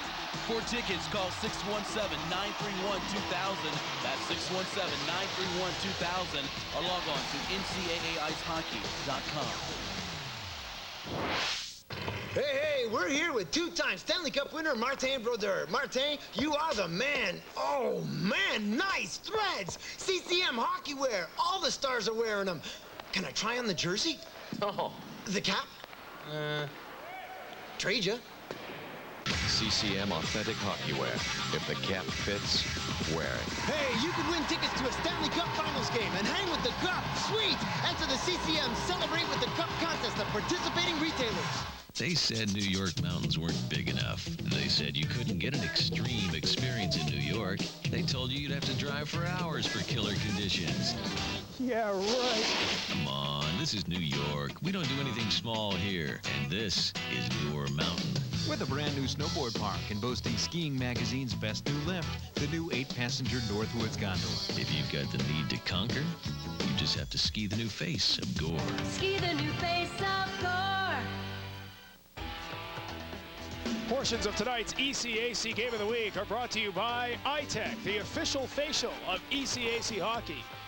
By Coho, a whole new game, official sticks and blades of ECAC hockey.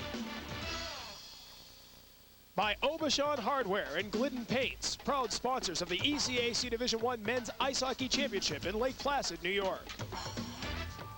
By Budget Rent-A-Car. Budget, get out of the ordinary. And by CCM, when you're born to play, official skate and equipment of ECAC hockey.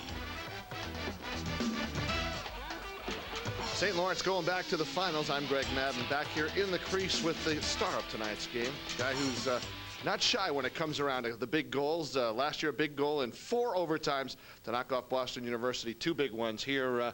You obviously reserved the best goals for the best time of the season, Robin Carruthers. Well, if I had a nickel for every time I heard that, I'd be a rich man. But the BU goal comes back to, I'm reminded of it often. And tonight's goals, they're just as important, and it feels really good right now.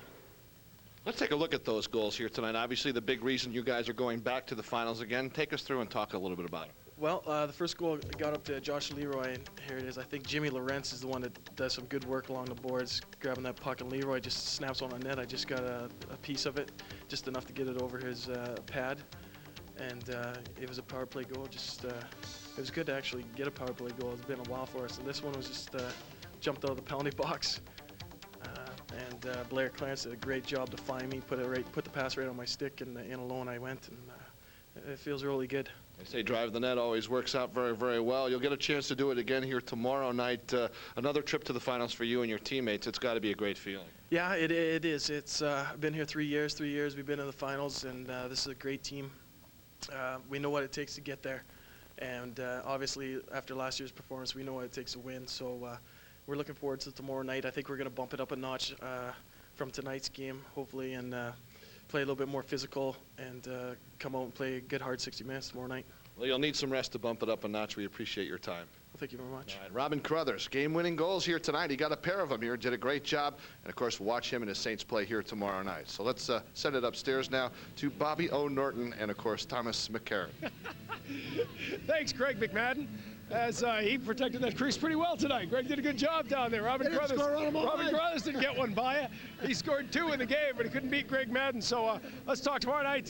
Really 2 great goaltending performances tonight. It'll be Matt Underhill going up against Jeremy Symington. They both played great tonight. Well, I think you know from what Coach Schaefer said in our between-period interview, they would like a piece of St. Lawrence again in the playoff.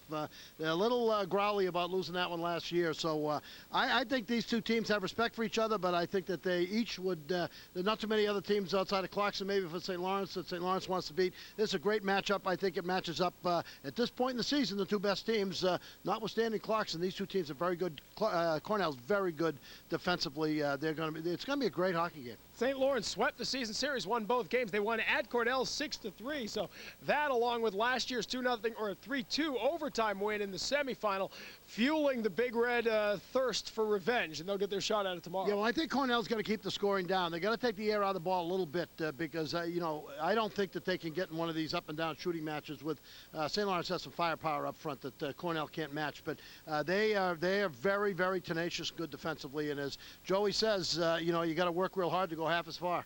A surprising 5-goal outburst for Cornell in the first game tonight. They beat Harvard 5-2, and a great defensive effort. Jeremy Symington, 42 saves with the shutout, 2-0 the win for the Saints. So the championship game is right here tomorrow at the Olympic Center. It is Cornell against St. Lawrence. St. Patrick's Day, but a couple of teams wearing red will go at it, and we'll have the face-off live at 7:30 on the New England Sports Network. Tape-delayed coverage on the Empire Sports Network in Buffalo at noon on Sunday the 18th.